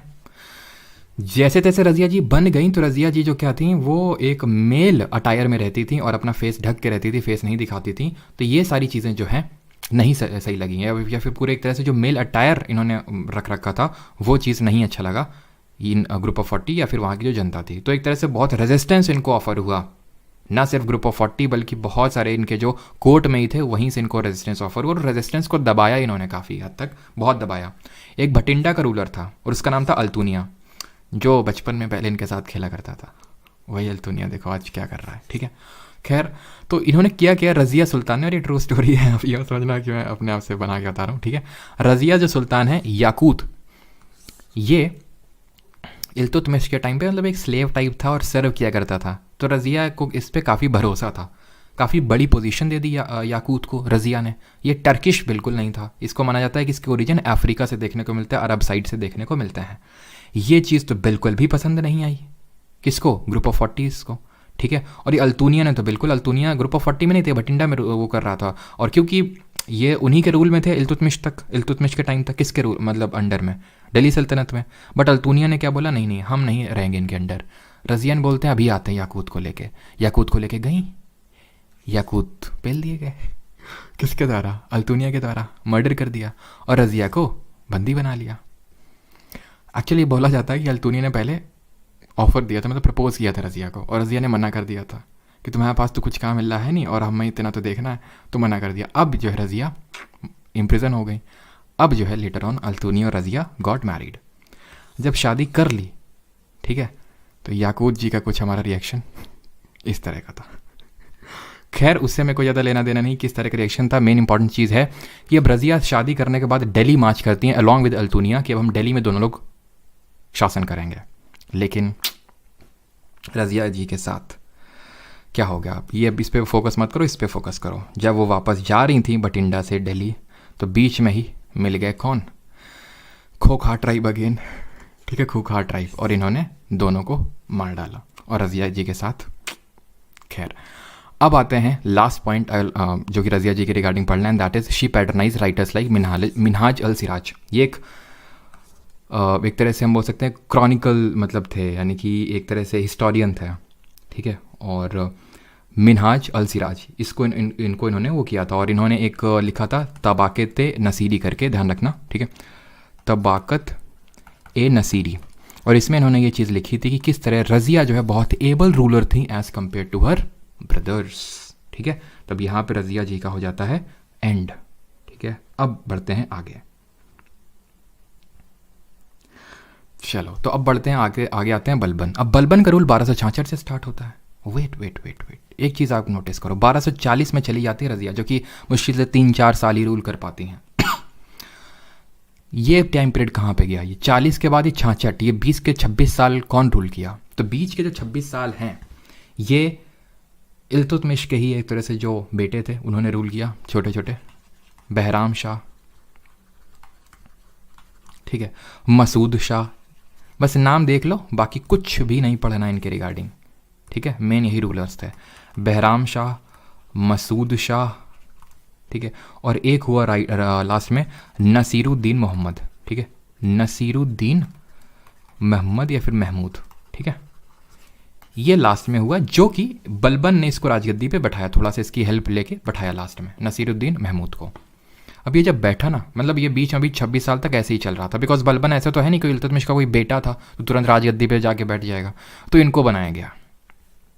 बलबन ने थोड़ा सा इसकी हेल्प करी और इसको करा, और फिर इस अपनी बेटी की शादी भी करवा दी ताकि एक तरह से अच्छा पोजीशन एक्वायर कर सके कोर्ट में। लेकिन ग्रुप ऑफ जो 40 स्लेव्स था वो उसको बलबन बिल्कुल पसंद नहीं था, और बलबन को हटाने की मांग उठी कि बलबन को हटाया जाए, तो बलबन को हटा भी दिया गया। लेकिन जब बलबन को हटाया गया, ये बोला जाता है कि जब बलबन को हटाया गया तो वो उसने बोला ठीक है कोई नहीं, वो गया, अब उसने अपनी फ़ौज खड़ी की तो आया वापस, जो भी उसके रिबेल्स थे उनको बदला, उनसे रिवेंज लिया, और नसीरुद्दीन महमूद जो कि एक तरह से उसका दामाद ही तो हुआ, इसको भी बोला जाता है कि इसने पॉइजन कर दिया, ठीक है, मार डाला, और जो भी उसके बीच में, उसके और उस थ्रोन के बीच में जो भी बीच में आया उस सबको उसने हटा दिया बलबन ने। ठीक है, एंड बलबन वॉज, एक चीज़ ध्यान रखना, he was a naib under Nasiruddin Mahmud. ठीक है, ये एक नाइब की पोजीशन पे था, इसके अंडर, नसीरुद्दीन महमूद के अंडर नाइब की पोजीशन पे, और इसी पोजीशन से फिर इसको हटा दिया गया था। ठीक, अब पढ़ते हैं एक एक करके इसके रिगार्डिंग जो चीज़ें हैं। ठीक है, तो सबसे पहले यहाँ पे मैं हटा देता हूँ, ही वॉज, बस ये लिख देता हूँ, नाइब था ये, अंडर, किसके अंडर में था, ये जो आपका नसीरुद्दीन महमूद था, ठीक है, नसीरुद्दीन महमूद। तो he broke the power of Chalisa and resorted the Prestige of the crown, उन्होंने चालीसा की शक्ति को तोड़ दिया और ताज की प्रतिष्ठा बहाल की। उसको पता था ये अगर चालीसों को रखा तो फिर दिमाग खराब करेंगे आगे, तो इसने इनको मतलब तो जो सेटअप किया था ना किसने, इल्तुतमिश ने, Chahalgani system, Turkan e Chahalgani, group of 40 Turkish slaves खत्म कर दिया उसने। He established the military department Diwan e Arz, उसने एक सैन्य विभाग की स्थापना करी ताकि अपने मिलिट्री को और कंसोलिडेट कर सके एक्सटर्नल और इंटरनल रेबिलियन दोनों से लड़ने के लिए, बिकॉज एक्सटर्नली भी अभी भी मंगोलॉइड का थोड़ा बहुत तो खतरा था चंगेज खान के जाने के बाद भी। Then he took up the title Zille Ilahi. अब इसको ये पता था कि अगर मुझे थ्रोन पे, क्योंकि ये बहुत लालची था, थ्रोन का मतलब लालची इन दी सेंस कि थ्रोन से हटना नहीं चाहता था, मैं पावर का भूखा था, ठीक है, तो इसने जिले लाई, इसने एक तरह से हम बोल सकते हैं पॉलिसी अपनाई, policy of blood and iron, policy of blood and iron इसने अपनाई। यानी कि पहले तो इसने बोला कि किस किस का खून प्योर नहीं है वो देखो और उसको हटा दो। अब खून प्योर नहीं कैसे होगा, है क्या मतलब ब्लड टेस्ट होगा क्या, हीमोग्लोबिन वगैरह चेक होगा, नहीं, आपके ओरिजिन्स चेक किए जाएंगे। अगर आप टर्किश ओरिजिन के हैं तो आप प्योर ब्लड के हैं, नोबल ब्लड के हैं, रॉयल ब्लड के हैं, और अगर नहीं तो फिर आप नहीं हैं और आपको जाना पड़ेगा। जैसे कि जो भी इंडियन मुस्लिम्स थे यहाँ पे सबको हटा दिया गया, ठीक है। तो पॉलिसी ऑफ ब्लड और आयरन, आयरन का मतलब है इसने जिसने भी इसकी इज्जत नहीं करी उस पर चाबुक चला। सबसे पहले तो इसने खुद को ज़िले इलाही का टाइटल दिया। इलाही का मतलब अल्लाह, ज़िले का मतलब shadow, that means shadow of God, हम छत्र छाया हैं अल्लाह की, अल्लाह से हमारा डायरेक्ट कनेक्शन है, रोज़ बात होती है हमारी अल्लाह से, इसने ये बोला, ठीक है। तो इसलिए इज्जत में रहो, हमारी इज्जत करो। जैसे कि पहले हमने देखा था अशोक ने टाइटल लिया था देवनामी प्रियदेश, यानी देवों का प्रिय, है ना, तो देवों का प्रिय हूँ मैं, तो देवों को प्रिय है राजा जी, तो फिर आप देव की कैसे डिसरिस्पेक्ट कर सकते हैं। ये और भी राजपूत रूलर्स ने भी किया, वही काम बलबन ने भी किया। ये काम इस्लाम धर्म में बहुत ही प्रोहिबिटेड है। जो अगर यहाँ पे कोई इस्लाम धर्म से होंगे, जो कि होंगे काफ़ी लोग, तो लोग जानते होंगे कि इस्लाम धर्म में अल्लाह से खुद को कंपेयर करना इज़ अ क्राइम, ठीक है, जो कि इसने किया, क्योंकि उस समय ज़्यादा कोई मुस्लिम रूलर था भी नहीं आसपास। ही इंट्रोड्यूस्ड सिजदा एंड पैबोस, ठीक है, इसने और एक चीज़ भी ध्यान रखना, टाइटल ज़िले इलाही तो इसने लिया ही, साथ ही साथ इसने बोला कि I am a descendant of, यानी डिसेंडेंट मतलब मैं इन्हीं की फैमिली से आता हूँ। किसकी फैमिली से, आफरा सियाब। आफरा सियाब एक रॉयल फैमिली है, ठीक है, उससे ही मैं आता हूँ, इसने ये बोला। और साथ ही साथ इसने छत्र का इंसिग्निया लिया, मतलब एक टाइटल लिया इसने छत्र का। जैसे आपने छत्रपति शिवाजी सुना होगा, छत्रपति छत्र से भी बड़ा टाइटल हो जाता है, ठीक है, तो छत्र का इसने टाइटल लिया, एक तरह से इंसिग्निया लिया। ही इंट्रोड्यूस्ड सिजदा एंड पैबोस, ये सारी वही हम चीज़ देख रहे हैं इस पूरी स्लाइड में कि किस तरह बलबन ने अपनी एक रॉयल्टी सेटअप करी कि हम शैडो हैं गॉड की, हम आफरा सियाब की फैमिली से आते हैं, हम छत्र हैं, ठीक है, और जैसे ही तुम हमको देखोगे तुम हमारे सामने तुरंत सिर झुका लोगे, सिजदा करोगे, और फिर पैबोस भी करोगे, हमारे पैर मतलब यानी पैर यानी कि जो फीट हैं उनको किस करोगे, उनको चूमोगे। बताओ क्या बात है ये, है। लेकिन खैर बलबन करता था, ये करवाता था सिजदा और पैबोस। किसने शुरू किया, बलबन ने, तो काफ़ी इंपॉर्टेंट रूलर है, ठीक है। फिर अगर हम बात करें तो इसके बाद अब ये 1287 तक रहा, और हमें पता है 1290 तक स्लेव डायनेस्टी रही। लास्ट रूलर अगर बात करें तो काफ़ी वीक रूलर रहा इसके बाद, क्योंकि इसकी डेथ के बाद एक लास्ट रूलर हुआ, उसका नाम था कैकुबाद। ये बलबन का नाती था एक तरह से, ग्रैंडसन था, तो ये लास्ट रूलर हुआ। इसको फिर खिलजीज ने मारा और यहाँ से फिर खिलजी रूल स्टार्ट होता है, जो कि हमारा कल के लेक्चर से स्टार्ट होगा। ऑलराइट, तो बलबन को हम समराइज कर लें। तो बलबन में हमने पहले ये देखा कि बलबन ने किस तरह से तुर्काने चहलगानी को ख़त्म किया ताकि अपनी नोबिलिटी को सेटअप कर सके। इसने ज़िले इलाही का टाइटल लिया, that is shadow of God. Plus इसने क्या किया, इसने सजदा पैबोस को ख़त्म किया, और तुर्काने चहलगानी तो देख चुके थे, और बाकी तो दीवाने अर्ज, हाँ ये ध्यान रखना है कि मिलिट्री जो इसने डिपार्टमेंट है उसको सेटअप किया। क्लियर है यहाँ तक सभी को सारी चीज़ें। अब हम लोग करेंगे यहाँ पे क्वेश्चंस। आई होप यहाँ तक सभी को चीज़ें होंगी क्लियर। अब क्वेश्चंस करेंगे तब पता चलेगा कि क्या क्वेश्चंस हमसे बन भी रहे हैं या फिर नहीं, ठीक है। और पहले हम लोग स्लेव डायनेस्टी वाले करते हैं, फॉरेन इन्वेजन्स वाले बाद में कर लेंगे, ठीक है। पहले स्लेव डायनेस्टी वाले कर लेते हैं, देन करेंगे फॉरेन इन्वेजन वाले क्वेश्चन। करिए और जल्दी जल्दी सभी लोग आंसर देंगे। शिवानी अभी खत्म, टाटा बाय बाय नहीं है, अभी क्वेश्चंस करने हैं ना। Adarsh thank you.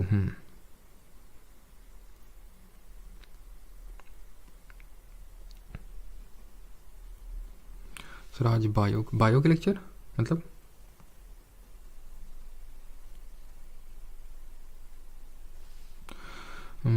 हाँ बिल्कुल सही है, ये भी आप बलबन वाले में ऐड कर सकते हैं कि बलबन स्टार्टेड, ठीक है, इस चीज़ को बलबन में ही ऐड कर लेंगे। बलबन स्टार्टेड नवरोज़ फेस्टिवल, ठीक है, जो कि एक पर्शियन फेस्टिवल होता है। तो नौरोज़ फेस्टिवल भी इसी ने स्टार्ट किया था, ठीक है, यासुद्दीन बलबन ने। चलिए, तो Minhaj Siraj was a chronicler during the rule of, किसके टाइम पे था? इल्तुतमिश ऐबक, बलबन या फिर खिलजी। खिलजी तो हटा ही सकते हैं। मैंने किसके अंडर बताया था? मिनहाज सिराज, रज़िया सुल्तान। तो आप खुद ही गेस लगा कर सकते मतलब गेस कर सकते हैं कि रज़िया सुल्तान के काफ़ी 26 साल बाद ही आया था, हटा सकते हैं। और इसके पहले कौन था? इल्तुतमिश था, ठीक है। तो इल्तुतमिश के कोर्ट में होगा, जो कि रज़िया के में आ गया होगा। ऑप्शन नंबर है। क्या लिखा था इसने मिनहाज सिराज ने? जल्दी से बताइए। इसने लिखा था तबक़त नसीरी, ठीक है, जिसमें किसने रज़िया को काफ़ी प्रेज़ किया है, ठीक है, तबक़त नसीरी। आगे बढ़ते हैं। Quwwatul Islam mosque and minaret built during the last decade of which century? Quwwatul Islam कब बना था? कुव्वतुल इस्लाम, तो जल्दी से बताइए। कुव्वतुल इस्लाम वही है जो कि आपका दिल्ली में है, कुव्वतुल इस्लाम और 2.5 दिन का झोपड़ा, जो कि अजमेर में है। तो ये कब बने थे? 11th century AD। 11th का मतलब क्या हो जाता है? 11th का मतलब हो जाता है कि 1100 AD से पहले के साल जो हो गए वो हमारे। लेकिन 1206 AD में तो हमारा एक्चुअल में कुतुबुद्दीन ऐबक का रूल स्टार्ट हुआ था। तो हम ये बोल सकते हैं कि 13th क्या होगा? Last decade of 13th century का मतलब क्या हुआ? 1290 से लेके 1300 के बीच में। इस टाइम तो भाई ख़त्म ही था, स्लेव डायनेस्टी खत्म हो चुकी थी इस टाइम तक, तो 1290 तक। तो ये तो हो नहीं सकता है। 14 जब 13 नहीं तो 14 कहाँ से हो जाएगा? आंसर क्या होगा? 12th सेंचुरी का लास्ट डेकेड का मतलब क्या होता है? 1190 से लेके 1200, और यही टाइम पीरियड तो था। 1192 में बैटल ऑफ तराइन हुआ था, सेकंड बैटल, और उसके बाद कुतुबुद्दीन ऐबक को दे के चले गए। तो उसके बाद उसने कुव्वतुल इस्लाम और 2.5 दिन का झोपड़ा बिल्ड किया, खत्म। Third, who among the following rule in India between 1266 से लेके 1287 तक? किसने रूल किया? जल्दी से, कितना आसान है क्वेश्चन, है कि नहीं? और पहले आप इस क्वेश्चन को करिए तो कितना आसान है। तो हमने देखा था 1240 में रज़िया सुल्तान का रूल खत्म हो चुका था। याद करो, 1206 से लेके 1210 तक कुतुबुद्दीन ऐबक, 1206 1210, फिर 1211 से आ गया था इल्तुतमिश। 1211 से लेके 1236 तक रहा था, और दिल्ली कैपिटल शिफ्ट करी थी। सिल्वर टंका कॉपर जीतल स्टार्ट किया था। तुर्काने चैलगानी सिस्टम स्टार्ट किया था इसने, ठीक। और बलबन फिर हमने देखा कि 1236 से लेकर 1240 तक ये रज़िया सुल्तान रही, और उसके 26 साल बाद 1266 में आया बलबन, ठीक है। Who among the following was the commander of Mohammad Ghori and also founded the slave dynasty in India? कौन था कमांडर गौरी का जिसने स्लेव डायनेस्टी यानी मामलुक वंश, जो कि इल्बारी ट्राइब से बिलोंग करता था, उसकी स्थापना करी? He was none other than कौन? Qutbuddin Aibak. What is the approximate height in meters of Qutub Minar situated in Delhi? Qutub Minar की हाइट क्या जो दिल्ली में आपको देखने मिलेगी? तो इसकी हाइट 75 मीटर नहीं, 77 भी नहीं, 73 मीटर है। कहीं कहीं पे आपको 72 भी देखने को मिल सकता है, बट एक्चुअल में ना 72.5 मीटर है। तो अप्रॉक्सीमेटली उसे। और कितने स्टोरेज हैं जरा बताइए, कितने माले हैं जरा जल्दी से कमेंट करके बताइए। और यहाँ पे हमने किस तरह की टेक्निक का यूज़ किया? इसमें नहीं, जो कुव्वतुल इस्लाम है जो इसके पास में ये बगल में, उसमें। Who among the following was वजीर ऑफ सुल्तान इल्तुतमिश? का वजीर कौन था? तुमने वजीर को देखा था, ये कौन था? वजीर था निज़ामुल मुल्क, ऑप्शन नंबर सी। तो ये स्टोरेज की अगर बात करें 5, और टेक्निक यहाँ पर जो यूज़ हुई थी दैट वाज कॉर्बेल्ड टेक्निक। कॉर्बेल्ड टेक्निक क्या होती है? ये इस तरह की जो टेक्निक होती है ना, that is called as corbelled technique, ठीक है। Sultan Iltutmish introduced a metal coin named Jital which was made up of? This Jital किसका बना था? बिल्कुल सही, रुद्राक्ष, राहुल, तरुण, कोमल, सुरभि, आशीष। तो हमने देखा था सिल्वर टंका कॉपर जीतल। इस तरह से याद कर लो, ST याद कर लो बस, ठीक है। अगर कंफ्यूजन हो रहा है कि सिल्वर का कौन था कॉपर का कौन था, तो ST याद कर लो, सिल्वर टंका कॉपर जीतल। तो कॉपर का था जीतल, तांबे का सुल्तान। और जरा बताइए, कॉपर जो एज है इंडिया में वो कब थी, जिसको हम ताम्र पाषाण युग बोलते हैं? जरा बताइए, देखते हैं एशियंट हिस्ट्री कितना रिवाइज कर रहे हैं आप। Iltutmish introduced a metal coin named टंका, ST सिल्वर, खत्म, ठीक। और एज अगर हम बात करें तो वही जो हमारा ब्रॉन्ज एज था 2500 से लेकर 1750 BC, और कई मामलों में तो कई साइट हमें बाद में देखने को मिली हैं। जैसे कि इसमें हमने देखा था अहर बानस कल्चर, जो कि हमें कहाँ पे देखने को मिला था? लूनी रिवर के पास में अहर बानस कल्चर। जॉर्वे कल्चर कहाँ पे था? महाराष्ट्र में था। इसकी सबसे बड़ी साइट कौन सी थी? दयमाबाद थी, जो कि ब्रॉन्ज जो सिविलाइजेशन था उसका सदर्न मोस्ट भी साइट थी दयमाबाद, ठीक। Ghiyasuddin Balban ruler of the slave dynasty took up the title of dash? Balban ने किसका टाइटल लिया? नूरुल दीन, नूर महल, जिल्ला इलाही, या फिर जहांपना? चालको बिल्कुल सही, सुरभि चालकोलिथिक, ठीक है। तो स्लेव डायनेस्टी की अगर हम बात करें तो ये बलबन ने लिया था जिले इलाही, प्लस इसने छत्र का इंसिग्निया लिया, इसने खुद को क्या बोला और था, और क्या बुलाया था इसने कि हम आफरा सियाब के डिसेंडेंट हैं, प्लस इसने policy of blood and iron start की, प्लस इसने नवरोज फेस्टिवल स्टार्ट किया, प्लस इसने तुर्कानी चहलगानी सिस्टम को खत्म किया, प्लस इसने सिजदा और पैबोस को शुरू किया। क्वेश्चन नंबर 10, रजिया सुल्तान किसकी बेटी थी? तो रजिया सुल्तान बेटी थी जो गुंडों में फंस गई थी। वो गुंडे कौन थे? वो खूंखार है ना, और उसके बाद उनके साथ मोए मोए हो गया था कि चलो अब अल्तुनिया और हम दोनों लोग चलते हैं, ले यहीं पे ख़त्म कर दिया। तो ये माना जाता है कि अगर वो ना होता इंसिडेंट तो रजिया सुल्तान हो सकता है काफ़ी लंबे समय के लिए रूल करती हैं। खैर, तो क्योंकि अब उनके साथ अल्तुनिया भी आ चुका था ना, तो कौन करता रेजिस्टेंस फिर? तो Razia Sultan was the daughter of Iltutmish, option number C. Who among the following was the first Muslim women ruler of medieval India? Again similar आसान सा क्वेश्चन है, MTS 2022 आंसर क्या होगा? Razia Sultan. Who was the first ruler of Ilbari dynasty? Ilbari dynasty, अब यही वो Ilbari dynasty हमारी slave dynasty है, मामलुक वंश जिसको बोलते हैं। तो कौन है फर्स्ट रूलर इसके? सिंपल, कुतुबुद्दीन ऐबक, उसके बाद इल्तुतमिश, उसके बाद रजिया सुल्तान, उसके बाद बलबन आता है। ध्यान रखना है बीच के जो रूलर्स हैं रजिया सुल्तान और बलबन के बीच में याद नहीं रखना है। जैसे कि यहाँ पे क्वेश्चन पूछा है MTS 2022 में, विच of the following is the correct chronological order of early Turkish rulers who ruled over Delhi from 1206 से लेकर 1290 तक? रूलर का ऑर्डर पूछा है, इसको ऐसे याद रखो, ऑल इंडिया रैंक बी, या फिर ऑल इंडिया रेडियो बॉम्बे का, ऐसे याद कर लो, ऑल इंडिया रेडियो बॉम्बे का। तो ए से हो जाएगा ऐबक, आई से हो जाएगा इल्तुतमिश, ठीक है, आर से हो जाएगा रजिया, और बी से हो जाएगा बलबन। तो ये उस बलबन, ये हमें ऑर्डर याद हो गया। हमने सख्त सा लौंडा से याद किया था सारी जो डायनेस्टीज थी दिल्ली सल्तनत की, है ना। स से स्लेव, क से खिलजी, त से तुगलक, स से सैयद, और लो से हमारा हो गया था क्या? लोदी। तो इसमें अगर हम बात करें Aibak, Iltutmish and Razia, option number A यहाँ पे सही आंसर होगा, ठीक है। अगले क्वेश्चन पे आते हैं। Who among the following rulers was chronicled by Minhaj Siraj? कि किसने क्रॉनिकल किया था, मतलब कि एक तरह से भाव दिया था, इज्जत दी थी और अपने कोर्ट में रखा था। किसने? देखा था ना सुल्तान। कौन सी किताब लिखी थी? Tabaqat Nasiri 15th। Name the only female ruler of India, only female ruler. और अच्छा जल्दी से बताओ, कुतुबुद्दीन जो ऐबक था उसने किसको पैटर्नाइज किया था? जल्दी से बताइए, जो हमने देखे थे। तो ओनली फीमेल रूलर, अगेन वही सेम क्वेश्चन, रजिया सुल्तान। तो दो हमारे वो कौन थे जिनको कुतुबुद्दीन ऐबक ने किया था? एक हसन उन निज़ामी, ठीक है, हसन उन निज़ामी जिसने क्या लिखा था? ताजुल नसीर लिखा था, ठीक है, निज़ामी। और एक हमने देखा था फ़खरुद्दीन जिसने कि तारीख़ मुबारक शाही लिखा था, ठीक है। जल्दी से बताएंगे शाहनामा किसने लिखा था, जो कि ये महमूद ऑफ गजनवी के टाइम पे लिखा गया था। Who ruled over Delhi after Razia Sultan? के बाद किसने रूल किया था? अब देखिए, रजिया सुल्तान के बाद एक्चुअल में तो हम देखें किसके रूल थे, उनके जो भाई थे छोटे छोटे, कौन? बहराम शाह, मसूद शाह, देन नसीरुद्दीन महमूद। लेकिन एक्चुअल में क्या उनके नाम है यहाँ पे? नहीं, क्योंकि वो बहुत ही वीक रूलर थे। मेन यहाँ पे कंसिडर किया जाता है बलबन का, ऑप्शन नंबर बी यहाँ पे सही आंसर होगा। सबका सही है, निशांत फिरदौसी, बिल्कुल ठीक है, फिरदौसी ने लिखा शाहनामा। पुनाडा हरीश सही है। In which of the following forts was Razia Sultan imprisoned by Malik Ikhtiyar Uddin Altunia? तो अल्तुनिया ने किस किले में इनको इम्प्रिजन किया था? CGL 2022। आसान है, क्यों, कैसे आसान है? इकबाल सही है, सत्यप्रकाश, आकाश, क्यूटम्बर, ऋतुक्स, पिंकी, सबका सही है। तो अगर हम बात करें आसान कैसे ही है, आसान ऐसे मैंने बताया था अल्तुनिया कहाँ का रूलर था, भटिंडा का था, खत्म। अब कौन सा किला था, कौन फोर्ट था, मैं नहीं याद है, लेकिन ये तो पता है ना कहाँ का रूलर था, तो भटिंडा का था। तो ऑब्वियस सी बात है किला मुबारक इन भटिंडा होगा। जयपुर, गोलकोंडा, जोधपुर नहीं होगा। डैश ऑर्गेनाइज, अब मुश्किल से 2 क्वेश्चन और देखेंगे, अगर होंगे तो फिर आगे आपका होमवर्क रहेगा, और उसके बाद हम फॉरेन इन्वेजन वाले क्वेश्चंस देखेंगे, ठीक है, मैक्सिमम 2 क्वेश्चन और। Dash organise his trusted nobles into a group of 40 known as Turkane Chahalgani? तो ये कौन थे, किसने ऑर्गेनाइज किया था group of 40 Turkish slaves? He was none other than Iltutmish, जिसको कि ख़त्म किया था एंडेड बाई बलबन। बलबन ने इनको ख़त्म कर दिया था। और बलबन ने क्या स्टार्ट किया था? सिजदा और पैबोस, झुको और हमारे फीट टच करो, हम ज़िले इलाही हैं। और इसने दीवाने अर्ज जो है मिलिट्री डिपार्टमेंट स्टार्ट किया, और इसने खुद को आफरा सियाब का डिसेंडेंट बताया। How many storeys does Qutub Minar have in Delhi? अभी ये मैं नहीं बताऊंगा आपको कितने स्टोरेज थे। Who among the following started the construction of Qutub Minar? ये भी नहीं बताऊंगा, ये आपका काम है। Who among the following Delhi sultan traced his descendant to the ancient hero Afrasiyab in order to fabricate a noble birth of himself? किसने बोला था कि हम आफरा सियाब के हैं? तो ये बोला था इल्तुतमिश, बलबन ने, ऑप्शन नंबर सी, ठीक।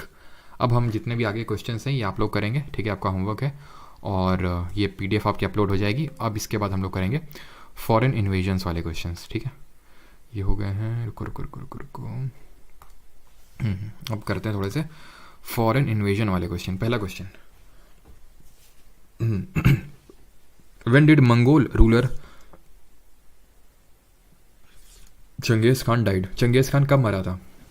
गेस करो, मैंने बताया भी था ना चंगेज खान कब मरा था। ये मरा था 1227 एडी में, हम लोगों ने देखा भी था, ठीक है, सीजीएल 2022 में पूछा गया। Sultan Mahmud came to India from which of the following cities of Afghanistan? जो महमूद है सुल्तान, वो कहाँ से आया? Came to India from which of the following cities, कहाँ से आया था? गजनी से, जलालाबाद से, काबुल से, फिर कांदार से। तो हमने देखा ये महमूद ऑफ गजनी है, ठीक है, गजनवाइट जो एम्पायर है वहाँ से आया। तो ऑप्शन नंबर ए यहाँ पे सही आंसर होगा, महमूद ऑफ गजनी, जो कि 1001 एडी में इसने पहला अपना अटैक किया, 1025 में सोमनाथ लूटा, 1030 में इसकी डेथ हो गई थी। वो किसका देख रहे थे? चंगेज़ खान का देख रहे थे। चंगेज़ खान मंगोल रूलर था, ठीक है। और ये जो है किसके टाइम पे आया था, जरा बताएंगे जल्दी से कमेंट में, कौन था दिल्ली सल्तनत में रूलर जब ये आया था चंगेज़ खान? जब आया तो नहीं था, लेकिन रोम कर रहा था, मतलब टहल रहा था इंडस वैली के आसपास। वो रूलर था कौन? इल्तुतमिश, है ना, हम लोगों ने देखा था, ठीक है। और यहाँ पे हमने देख लिया 1030 एडी में इसकी डेथ होती है और 1025 में सोमनाथ को लूटता है। Who among the following was the best known Chahamana ruler? तो बेस्ट नोन चहमान रूलर कौन है CGL 2022? He is none other than Prithviraj the third, जिनको कि हम पृथ्वीराज चौहान के नाम से भी जानते हैं। सारा कुछ हम लोग कर चुके हैं, ठीक है, जल्दी जल्दी करना है आपको। In which year did the Mongols under Genghis Khan invade Transoxiana in north eastern Iran में? एक जगह पड़ती है जो कि पहले हम बोलते थे इसको ट्रांसऑक्सियाना। तो ये कब इन्वेड किया था चंगेज खान ने? 1219, 1208, 1213 या फिर 1205? अब ये हमने क्या किया है? नहीं किया है, बट हम करने की कोशिश करेंगे कि कैसे हम इसको कर सकते हैं। तो चंगेज खान हमें पता है, दो चीज़ें पता है। एक तो ये जब था तो इल्तुतमिश रूल कर रहा था, और इल्तुतमिश के रूल की अगर हम बारे में बात करें तो 1211 से लेकर 1236 में रहा था रूल, ठीक है। तो उस हिसाब से अगर हम देखें तो ये हटा सकते हैं 1205 वाला, क्योंकि ये लगभग इल्तुतमिश के रूल के 6 साल पहले की बात हो रही है, ठीक है। तो इसको हम थोड़े से एक्सट्रीम ऑप्शंस को एलिमिनेट कर सकते हैं, है ना। हमारे माइंड में ये ज़्यादा दोनों घूमने चाहिए, 1219 और 1213। रीज़न भी कि ये इसी के बीच में दोनों डेट पड़ रही हैं, पहला। दूसरा, इसकी डेथ कब हुई थी? 1227 में हुई थी, ठीक है। उससे तो एलिमिनेट नहीं होगा, ये हमें फैक्ट पता है, उससे तो हमें ये क्लियर नहीं होगा, ठीक है। तो इन दोनों के बीच में मैं जाऊँगा और इसका आंसर एक्चुअल में होगा 1213 एडी में इसने किया था, ठीक है। हाँ, ये थोड़ा सा टफ क्वेश्चन है, लेकिन हाँ थोड़ा सा इस तरह से एलिमिनेशन यूज़ किया जा सकता था। Question number 6, who defeated Prithviraj Chauhan in the second battle of Tarain in 1192 AD? किसने हराया था? किसने हराया था बताइए? तो ये हराया था मोहम्मद गौरी ने, जयचंद ने इनवाइट किया था। और फिर जयचंद किस वॉर में हारे थे, जरा बताइए जल्दी से। जयचंद किस वॉर में हारे थे और ये वॉर कब हुआ था, जिसमें कि मोहम्मद गौरी ने ही इनको हराया था? और पृथ्वीराज रासो किसने लिखी? चंद बरदाई ने लिखी है, ठीक है। तो जयचंद को हराया गया 1194 में बैटल ऑफ चंदावर में, और इनका भी मोई मोई कर दिया गया। Question number 8, Mohammad Ghori attacked Tabar Hind, तो ताबर हिंद जो कि भटिंडा है, ठीक है। तो मोहम्मद गौरी ने कब अटैक किया? 1191 में। स्ट्रैटेजिक पॉइंट फॉर, तो यहाँ तक आ गया था कौन? मोहम्मद गौरी आ गया था, ठीक है। मतलब किसका स्ट्रैटेजिक पॉइंट था, ठीक है। तो पृथ्वीराज चौहान का स्ट्रैटेजिक पॉइंट था और यहाँ तक आ गया था मोहम्मद गौरी। इसी वजह से ये दिल्ली और भटिंडा के बीच में जो जगह पड़ती है तराइन, वहाँ पे युद्ध हुआ था दोनों के बीच में, ठीक है। हार हुई थी गौरी की पहले और दूसरे वाले में जीत हुई थी गौरी की। वो among the following had invaded India in 712 AD. और जो चीज़ थोड़ी सी कॉन्ट्रोवर्शियल है ना, कि कुछ हिस्टोरियंस मानते हैं इनको वहीं पर मार डाला गया था पृथ्वीराज चौहान को, कोई बोलते हैं कि नहीं छोड़ दिया गया था और अजमेर पर रूल करने दिया गया था कुछ टाइम के लिए। तो डिस्प्यूटेड चीज़ें वैसे ज़्यादा पूछता है नहीं, बट एनसीईआरटी में जो लिखा हुआ वो ये लिखा हुआ है कि इनको छोड़ दिया गया था, अजमेर में कुछ दिन रूल करने दिया गया था, फिर इन्होंने कुछ कॉन्स्पिरेसी करी और इसकी वजह से फिर इनको मारा गया। 712 एडी में किसने इन्वेड किया था? Who was the first Muslim invader, Islamic invader in India? ये था मोहम्मद बिन कासिम, ठीक है, जो कि कहाँ से आया था जल्दी से बताइए। ये आया था कहाँ से? ये आया था आपका उमैयद डायनेस्टी से, ठीक है। चलिए आगे बढ़ते हैं। In 711, Arab general Dash conquered Sindh, which became a part of Caliph's domain. 711, वही है 711, 712 रफली कौन आया था? मोहम्मद बिन कासिम, ठीक है। सिंध में कौन रूलर थे जल्दी से बताएंगे? राजा दाहिर थे, और ये उमैयद किंगडम से बिलोंग करता था, और राजा दाहिर को इसने मारा था। किसने सोमनाथ टेम्पल को पे अटैक किया था? जलालुद्दीन खिलजी, इब्राहिम लोदी, अहमद शाह दुर्रानी, महमूद ऑफ गजनवी ने किया था। जो इसका कब किया था अटैक अगर पूछ ले तो 1025, 1025 एडी में इसने किया था सोमनाथ पे लूट, ठीक है। अगले पे पढ़ते हैं। Dash attack the southern coast of Kathiawar along the Arabian sea where he sacked the city of Somnath and its renowned Hindu temple in 1027। तो ऑब्वियसली बात है किसकी बात कर रहा है? महमूद ऑफ गजनी की। क्वीन, हाँ इन्हीं की बात कर रहा था मैं, याद आ रहा है तुमको, मैंने बोला था कि एक रानी ने भी इनको हराया था जो ये चालुक्य फिर सोलंकी डायनेस्टी से बिलोंग करती थी 1178 AD में ही। ये किसको हराया था? गौरी। एक चीज़ मतलब गौरी, अगर हम गजनवी में बात करें, ठीक है, तो गजनवी कभी नहीं हारा था। महमूद ऑफ गजनी जो है नेवर लॉस्ट, ही 17 बार अटैक किया और कभी नहीं हारा ये कई बार हारे। ये वॉज डिफीटेड मल्टीपल टाइम। इसका मेन कारण रीज़न क्या था गौरी का अटैक का? टेरिटोरियल एक्सपेंशन था। इसका क्या था? गजनी का, महमूद ऑफ गजनी का, इसका मेन था लूट, प्लंडर करना और लूट का माल लेके जाना और फिर सेंट्रल एशिया में इसको झोंकना। 14th, dash was born to the Chalukyan king Someshwara and his queen Karpur Devi in 1166 CE। कौन थे वो चौहान किंग? जो जिनके पिता सोमेश्वर थे और जिनकी माता का नाम कर्पूर देवी था। He was none other than हमारे Prithviraj the third, that is Prithviraj Chauhan, option number D. Prithviraj Raso, an epic poem about life of the 12th century Indian king Prithviraj Chauhan, written by, किसने लिखी? पृथ्वीराज रासो। ये लिखी हमने देखा चंद बरदाई ने, जिसमें कि उन्होंने लिखा किस तरह से संयोगिता को उठा के ले गए थे, फिर संयोगिता ने देखा, है ना। चलो आगे बढ़ते हैं। Dhruva Sena third is related to which of the following ruling dynasties? Dhruva Sena third किस डायनेस्टी से बिलोंग करते थे? अब ध्रुव सेना थर्ड आपको याद आ रहा है कुछ? ये वही हैं जिनको हर्षवर्धन हराए थे। यहाँ पे इस पर्टिकुलर लेक्चर में अब देखो कि हम ये फॉरेन इन्वेजन वाले क्वेश्चन कर रहे हैं ना, तो इसलिए मैंने ये भी रख लिया यहाँ पे क्वेश्चन, बट आज के लेक्चर से इसका लेना देना नहीं है। वैसे भी हम पढ़ चुके हैं हर्षवर्धन, जो कि वर्धन डायनेस्टी पुष्यभूति डायनेस्टी से बिलोंग करते थे। उन्होंने अगर याद करो तो मैं हराया था, मैंने बताया था ध्रुव सेना थर्ड, जो कि वाकाटाका प्रिंस थे।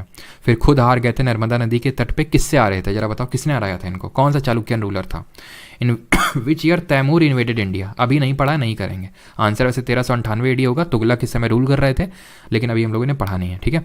तो ये हारे थे पुलाकेशिन II, ठीक है। बस 1-2 क्वेश्चन मुश्किल से और बाकी हैं, ठीक है। आई थिंक शायद जितना मुझे लग रहा है पुलाकेशिन II ने हराया था इनको। फिर पुलाकेशिन II ने किसको हराया था? नरसिम्हा वर्मन I को हराया था, जो पल्लव रूलर थे। देन महेंद्र वर्मन I ने फिर से इनको हराया था, पुलाकेशिन II को। और कौन सा टाइटल लिया था जल्दी से बताइए इनको हराने के बाद? 1398 में क्या हुआ था? अभी देखा, तैमूर का इन्वेजन हुआ था, लेकिन अभी पढ़े नहीं है, ये कल पढ़ेंगे। अलेक्जेंडर द ग्रेट ये कब आया था भारत? बताइए जल्दी से। तो उसने लिया था वातापी कोंडा का टाइटल, है ना, वातापी कोंडा, कॉन्करर ऑफ वातापी, बिकॉज जो इनकी कैपिटल हुआ करती थी बादामी चालुक्यास की, वो वातापी कैपिटल हुआ करती थी। चालुक्य कितने थे? यहाँ पे थे एक, ये वेंगी के चालुक्य थे, और जब ये चले जाते हैं तो यहाँ पे लेटर चालुक्यास आते हैं, जिनको हम वेस्टर्न चालुक्यास के नाम से जानते हैं। और इनकी कैपिटल क्या थी जो के से स्टार्ट होती है? जल्दी से बताइए, जिसपे चोलाज ने कब्जा किया था, कल पढ़े थे। अलेक्जेंडर द ग्रेट 326 BC, ठीक है। तो ऑप्शन नंबर बी यहाँ पे सही आंसर होगा। और अगर हम बात करें कि इस समय कौन रूलर हुआ करता था, तो इस समय रूलर हुआ करता था हमारा धनानंदा। और यहाँ पे जो मैंने आपसे क्वेश्चन पूछा कि कैपिटल क्या हुआ करती थी, दैट वाज कल्याणी, ठीक है। तो यहाँ पे आंसर क्या होगा? कल्याणी, ठीक है। कल्याणी कैपिटल हुआ करती थी लेटर चालुक्यास की, जिसको कि चोलाज ने हराया, ठीक है। अच्छा जल्दी से बताओ, जो चोला रूलर थे हमारे, कल पढ़े थे ना, तो उनमें से किस चोला रूलर ने, विच चोला रूलर बिल्ट, 2 चीज़ें पूछ रहा हूँ, built temple for goddess Nishumbha Sudni, Nishumbha Sudni के लिए बनाया था। और दूसरा क्वेश्चन है, किसने बनाया था आपका बृहदेश्वर टेम्पल? बृहदेश्वर टेम्पल बताइए जल्दी से, देखते हैं आप लोग क्या आंसर देते हैं, ठीक है। चलिए, with reference to the 4th century BC Alexander of Macedonia used which among the following pass to enter India? कौन से अलेक्जेंडर ऑफ मैसेडोनिया ने कौन से पास का यूज़ किया था? पीर पंजाल है, पीर पंजाल, जोजिला, खैबर, बिल्कुल ठीक है, बनिहाल नहीं, खैबर का यूज़ किया था, बिकॉज मैंने बताया था नॉर्थ वेस्टर्न साइड में खैबर पास ही था, ठीक है। खैबर और बोलन जो हमारे थे बहुत इंपॉर्टेंट पासेस थे। बिल्ट निशुम्बा सुदनी की अगर बात करें तो ये किसने बनवाया था? विजयलया ने बनवाया था, ठीक है। विजयलया ने बनवाया था, जिन्होंने मुटरियार जो किंग था उससे कावेरी डेल्टा छीना था, और कावेरी डेल्टा में जो तंजौर था उसको छीन के अपनी कैपिटल बनाई थी। और बृहदेश्वर की अगर बात करूं तो ये आपको पूछना चाहिए मुझसे कि सर कौन सा बृहदेश्वर, तंजावुर वाला यानी तंजौर वाला, या फिर गंगईकोंडा चोलापुरम वाला? तो अगर तंजावुर की बात करें तो राजा फर्स्ट ने बनवाया था, और अगर गंगईकोंडा चोलापुरम की बात करें उनके बेटे राजेंद्र चोला फर्स्ट ने बनवाया था, जिन्होंने कि गंगईकोंडा चोला का भी टाइटल लिया था। और कब लिया था? जब वो नॉर्थ इंडिया में गंगा को एक्सेप्ट किए थे और 2 छोटे बंगाल के जो किंग्स थे उनको हरा के आए थे यहाँ पे, ठीक है। आगे बढ़ते हैं।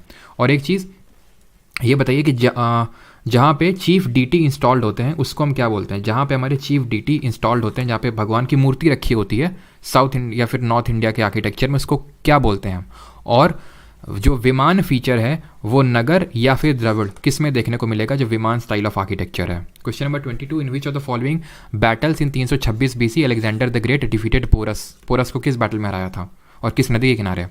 तो चीफ डीटी जहाँ पे इन्वॉल्व होती है, पहली बात उसको सैंक्टम बोला जाता है, जिसको कि हिंदी में हम बोलते हैं क्या, गर्भगृह। ठीक है, गर्भगृह के नाम से इसको जानते हैं हम लोग। ठीक है, जो गर्भगृह। और फिर आगे आगे जब हम बढ़ते हैं, ये तो हो गया गर्भगृह जहाँ पे चीफ डीटी इंस्टॉल्ड है।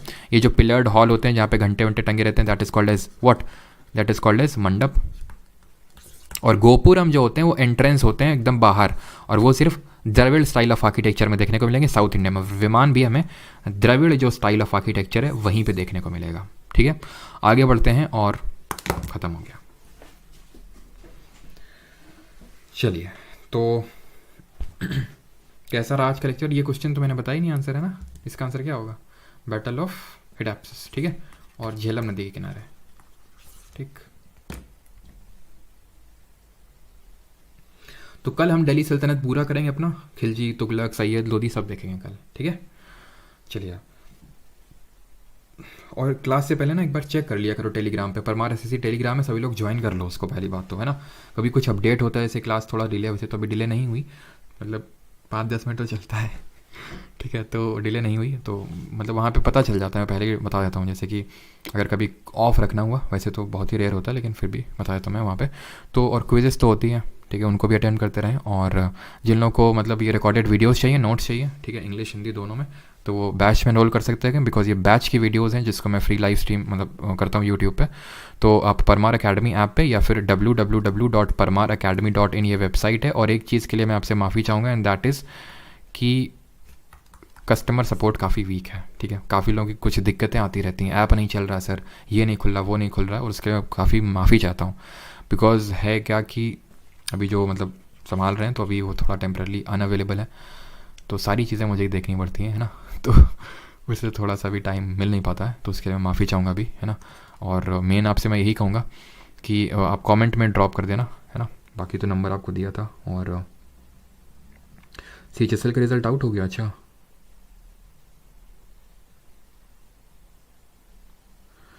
CHSL का रिज़ल्ट आ गया। अच्छा, डेट एक्यूरेट रखना है, हाँ, कुछ तो डेट यार रटनी है एक्यूरेट। ठीक है, कुछ तो रटनी है। तो ये वेबसाइट है जहाँ पे आप SSC GK 2.0 करके कोर्स है, उसमें आप एनरोल कर सकते हैं। ठीक है, कूपन नहीं है उसमें, तो आप वहाँ पे एनरोल कर सकते हैं। वहाँ पे आपको रिकॉर्डेड वीडियोस, ठीक है, टेस्ट और सारी चीज़ें मिल जाएंगी। Alright, thank you. किसी कोई डाउट अभी? वेबसाइट इशू करता है कल्पना मीना, हाँ, वेबसाइट में क्या इशू आ रहा है बताओगे थोड़ा सा, मतलब थोड़ा सा मैं बात करूँ फिर। भूपेंद्र जोगी, अच्छा, सर इस बैच से रेलवे हो जाएगा? हाँ जी, हो जाएगा, बिल्कुल हो जाएगा। I can draw your face according to वो योर वॉइस, आकाश, अच्छा, ड्रॉ करके यार भेजो फिर, हैं, मतलब वेट किस बात का, भेजो फिर। और अभी एक स्केच बन रहा है, एक स्टूडेंट है, एक्चुअली मैंने तुम्हें बोला था ना, जो सेलेक्टेड स्टूडेंट है उनको फेस रिवील हो गया है। ठीक है, तो उनमें से एक है, वो भी स्केच तैयार कर रही है मैडम। ठीक है, देखते हैं बनता है कि नहीं, और कैसा बनता है फिर आपके साथ शेयर करते हैं इफ़ पॉसिबल। हाँ, क्या इशू आ रहा है वेबसाइट में अगर बता सकें तो? अब संयोगिता जी की शादी हुई थी नहीं हुई थी हमें नहीं पता, ठीक है, जितना पढ़ाना तो पढ़ा दिया। और ये जो है इसके लिए तुम बाकी लोगों से पढ़ सकते हो ना। कि संयोगिता की शादी हुई थी कि नहीं हुई थी, क्यों हुई थी, कौन उठा के ले गया था, ये सब।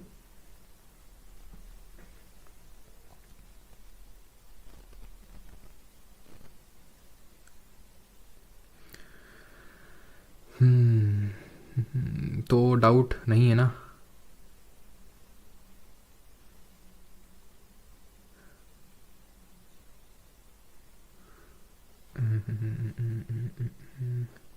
Why you hide your face, बस। एक डेफिनेट करके एक कैरेक्टर था ना, उसमें कौन सा वो था, अरे कौन सा था वो जिसमें चाबी नहीं मिल रही थी? यार एकदम से दिमाग से चला जाता। तो उसमें एक डेफिनेट करके कैरेक्टर नहीं था, उससे कुछ ही पूछो तो वो बोलता था बस ऐसा ही डैश लग रहा है।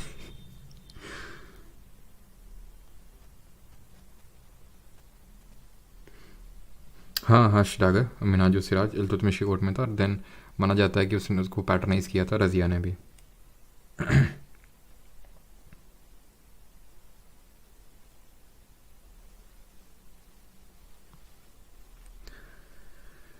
हाँ, गंगा वासेपुर नहीं, गैंग्स ऑफ वासेपुर, गंगा वासेपुर लिख रहे हैं।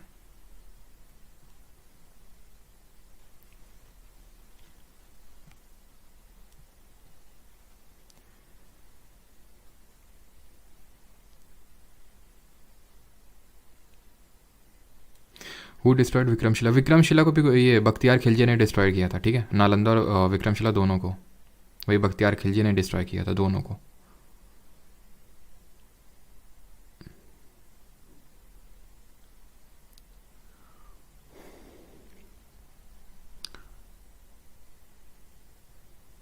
कंप्लीट नोट्स कब मिलेगी, मतलब नोट्स मिल तो रहे हैं बैच में? Sir is it for SSC JE? बिल्कुल हर्ष सिंह, ये एसएससी जेई के लिए बिल्कुल है, ठीक है, मैंने आपको बताया भी था। One of my friend, old friend है ना, स्कूल फ्रेंड, वो भी एसएससी जेई का प्रिपरेशन कर रहा है, वो भी लेक्चर से पढ़ रहा है, ठीक है, तो आप बिल्कुल पढ़ सकते हैं।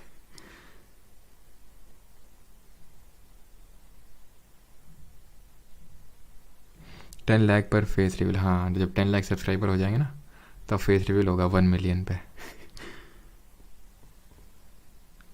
सर इग्नोर कर रहे हैं, अच्छा इग्नोर कर रहे हैं मैं, चलो फिर सबको इग्नोर कर देते हैं, क्यों पार्शियलिटी करें। Thank you.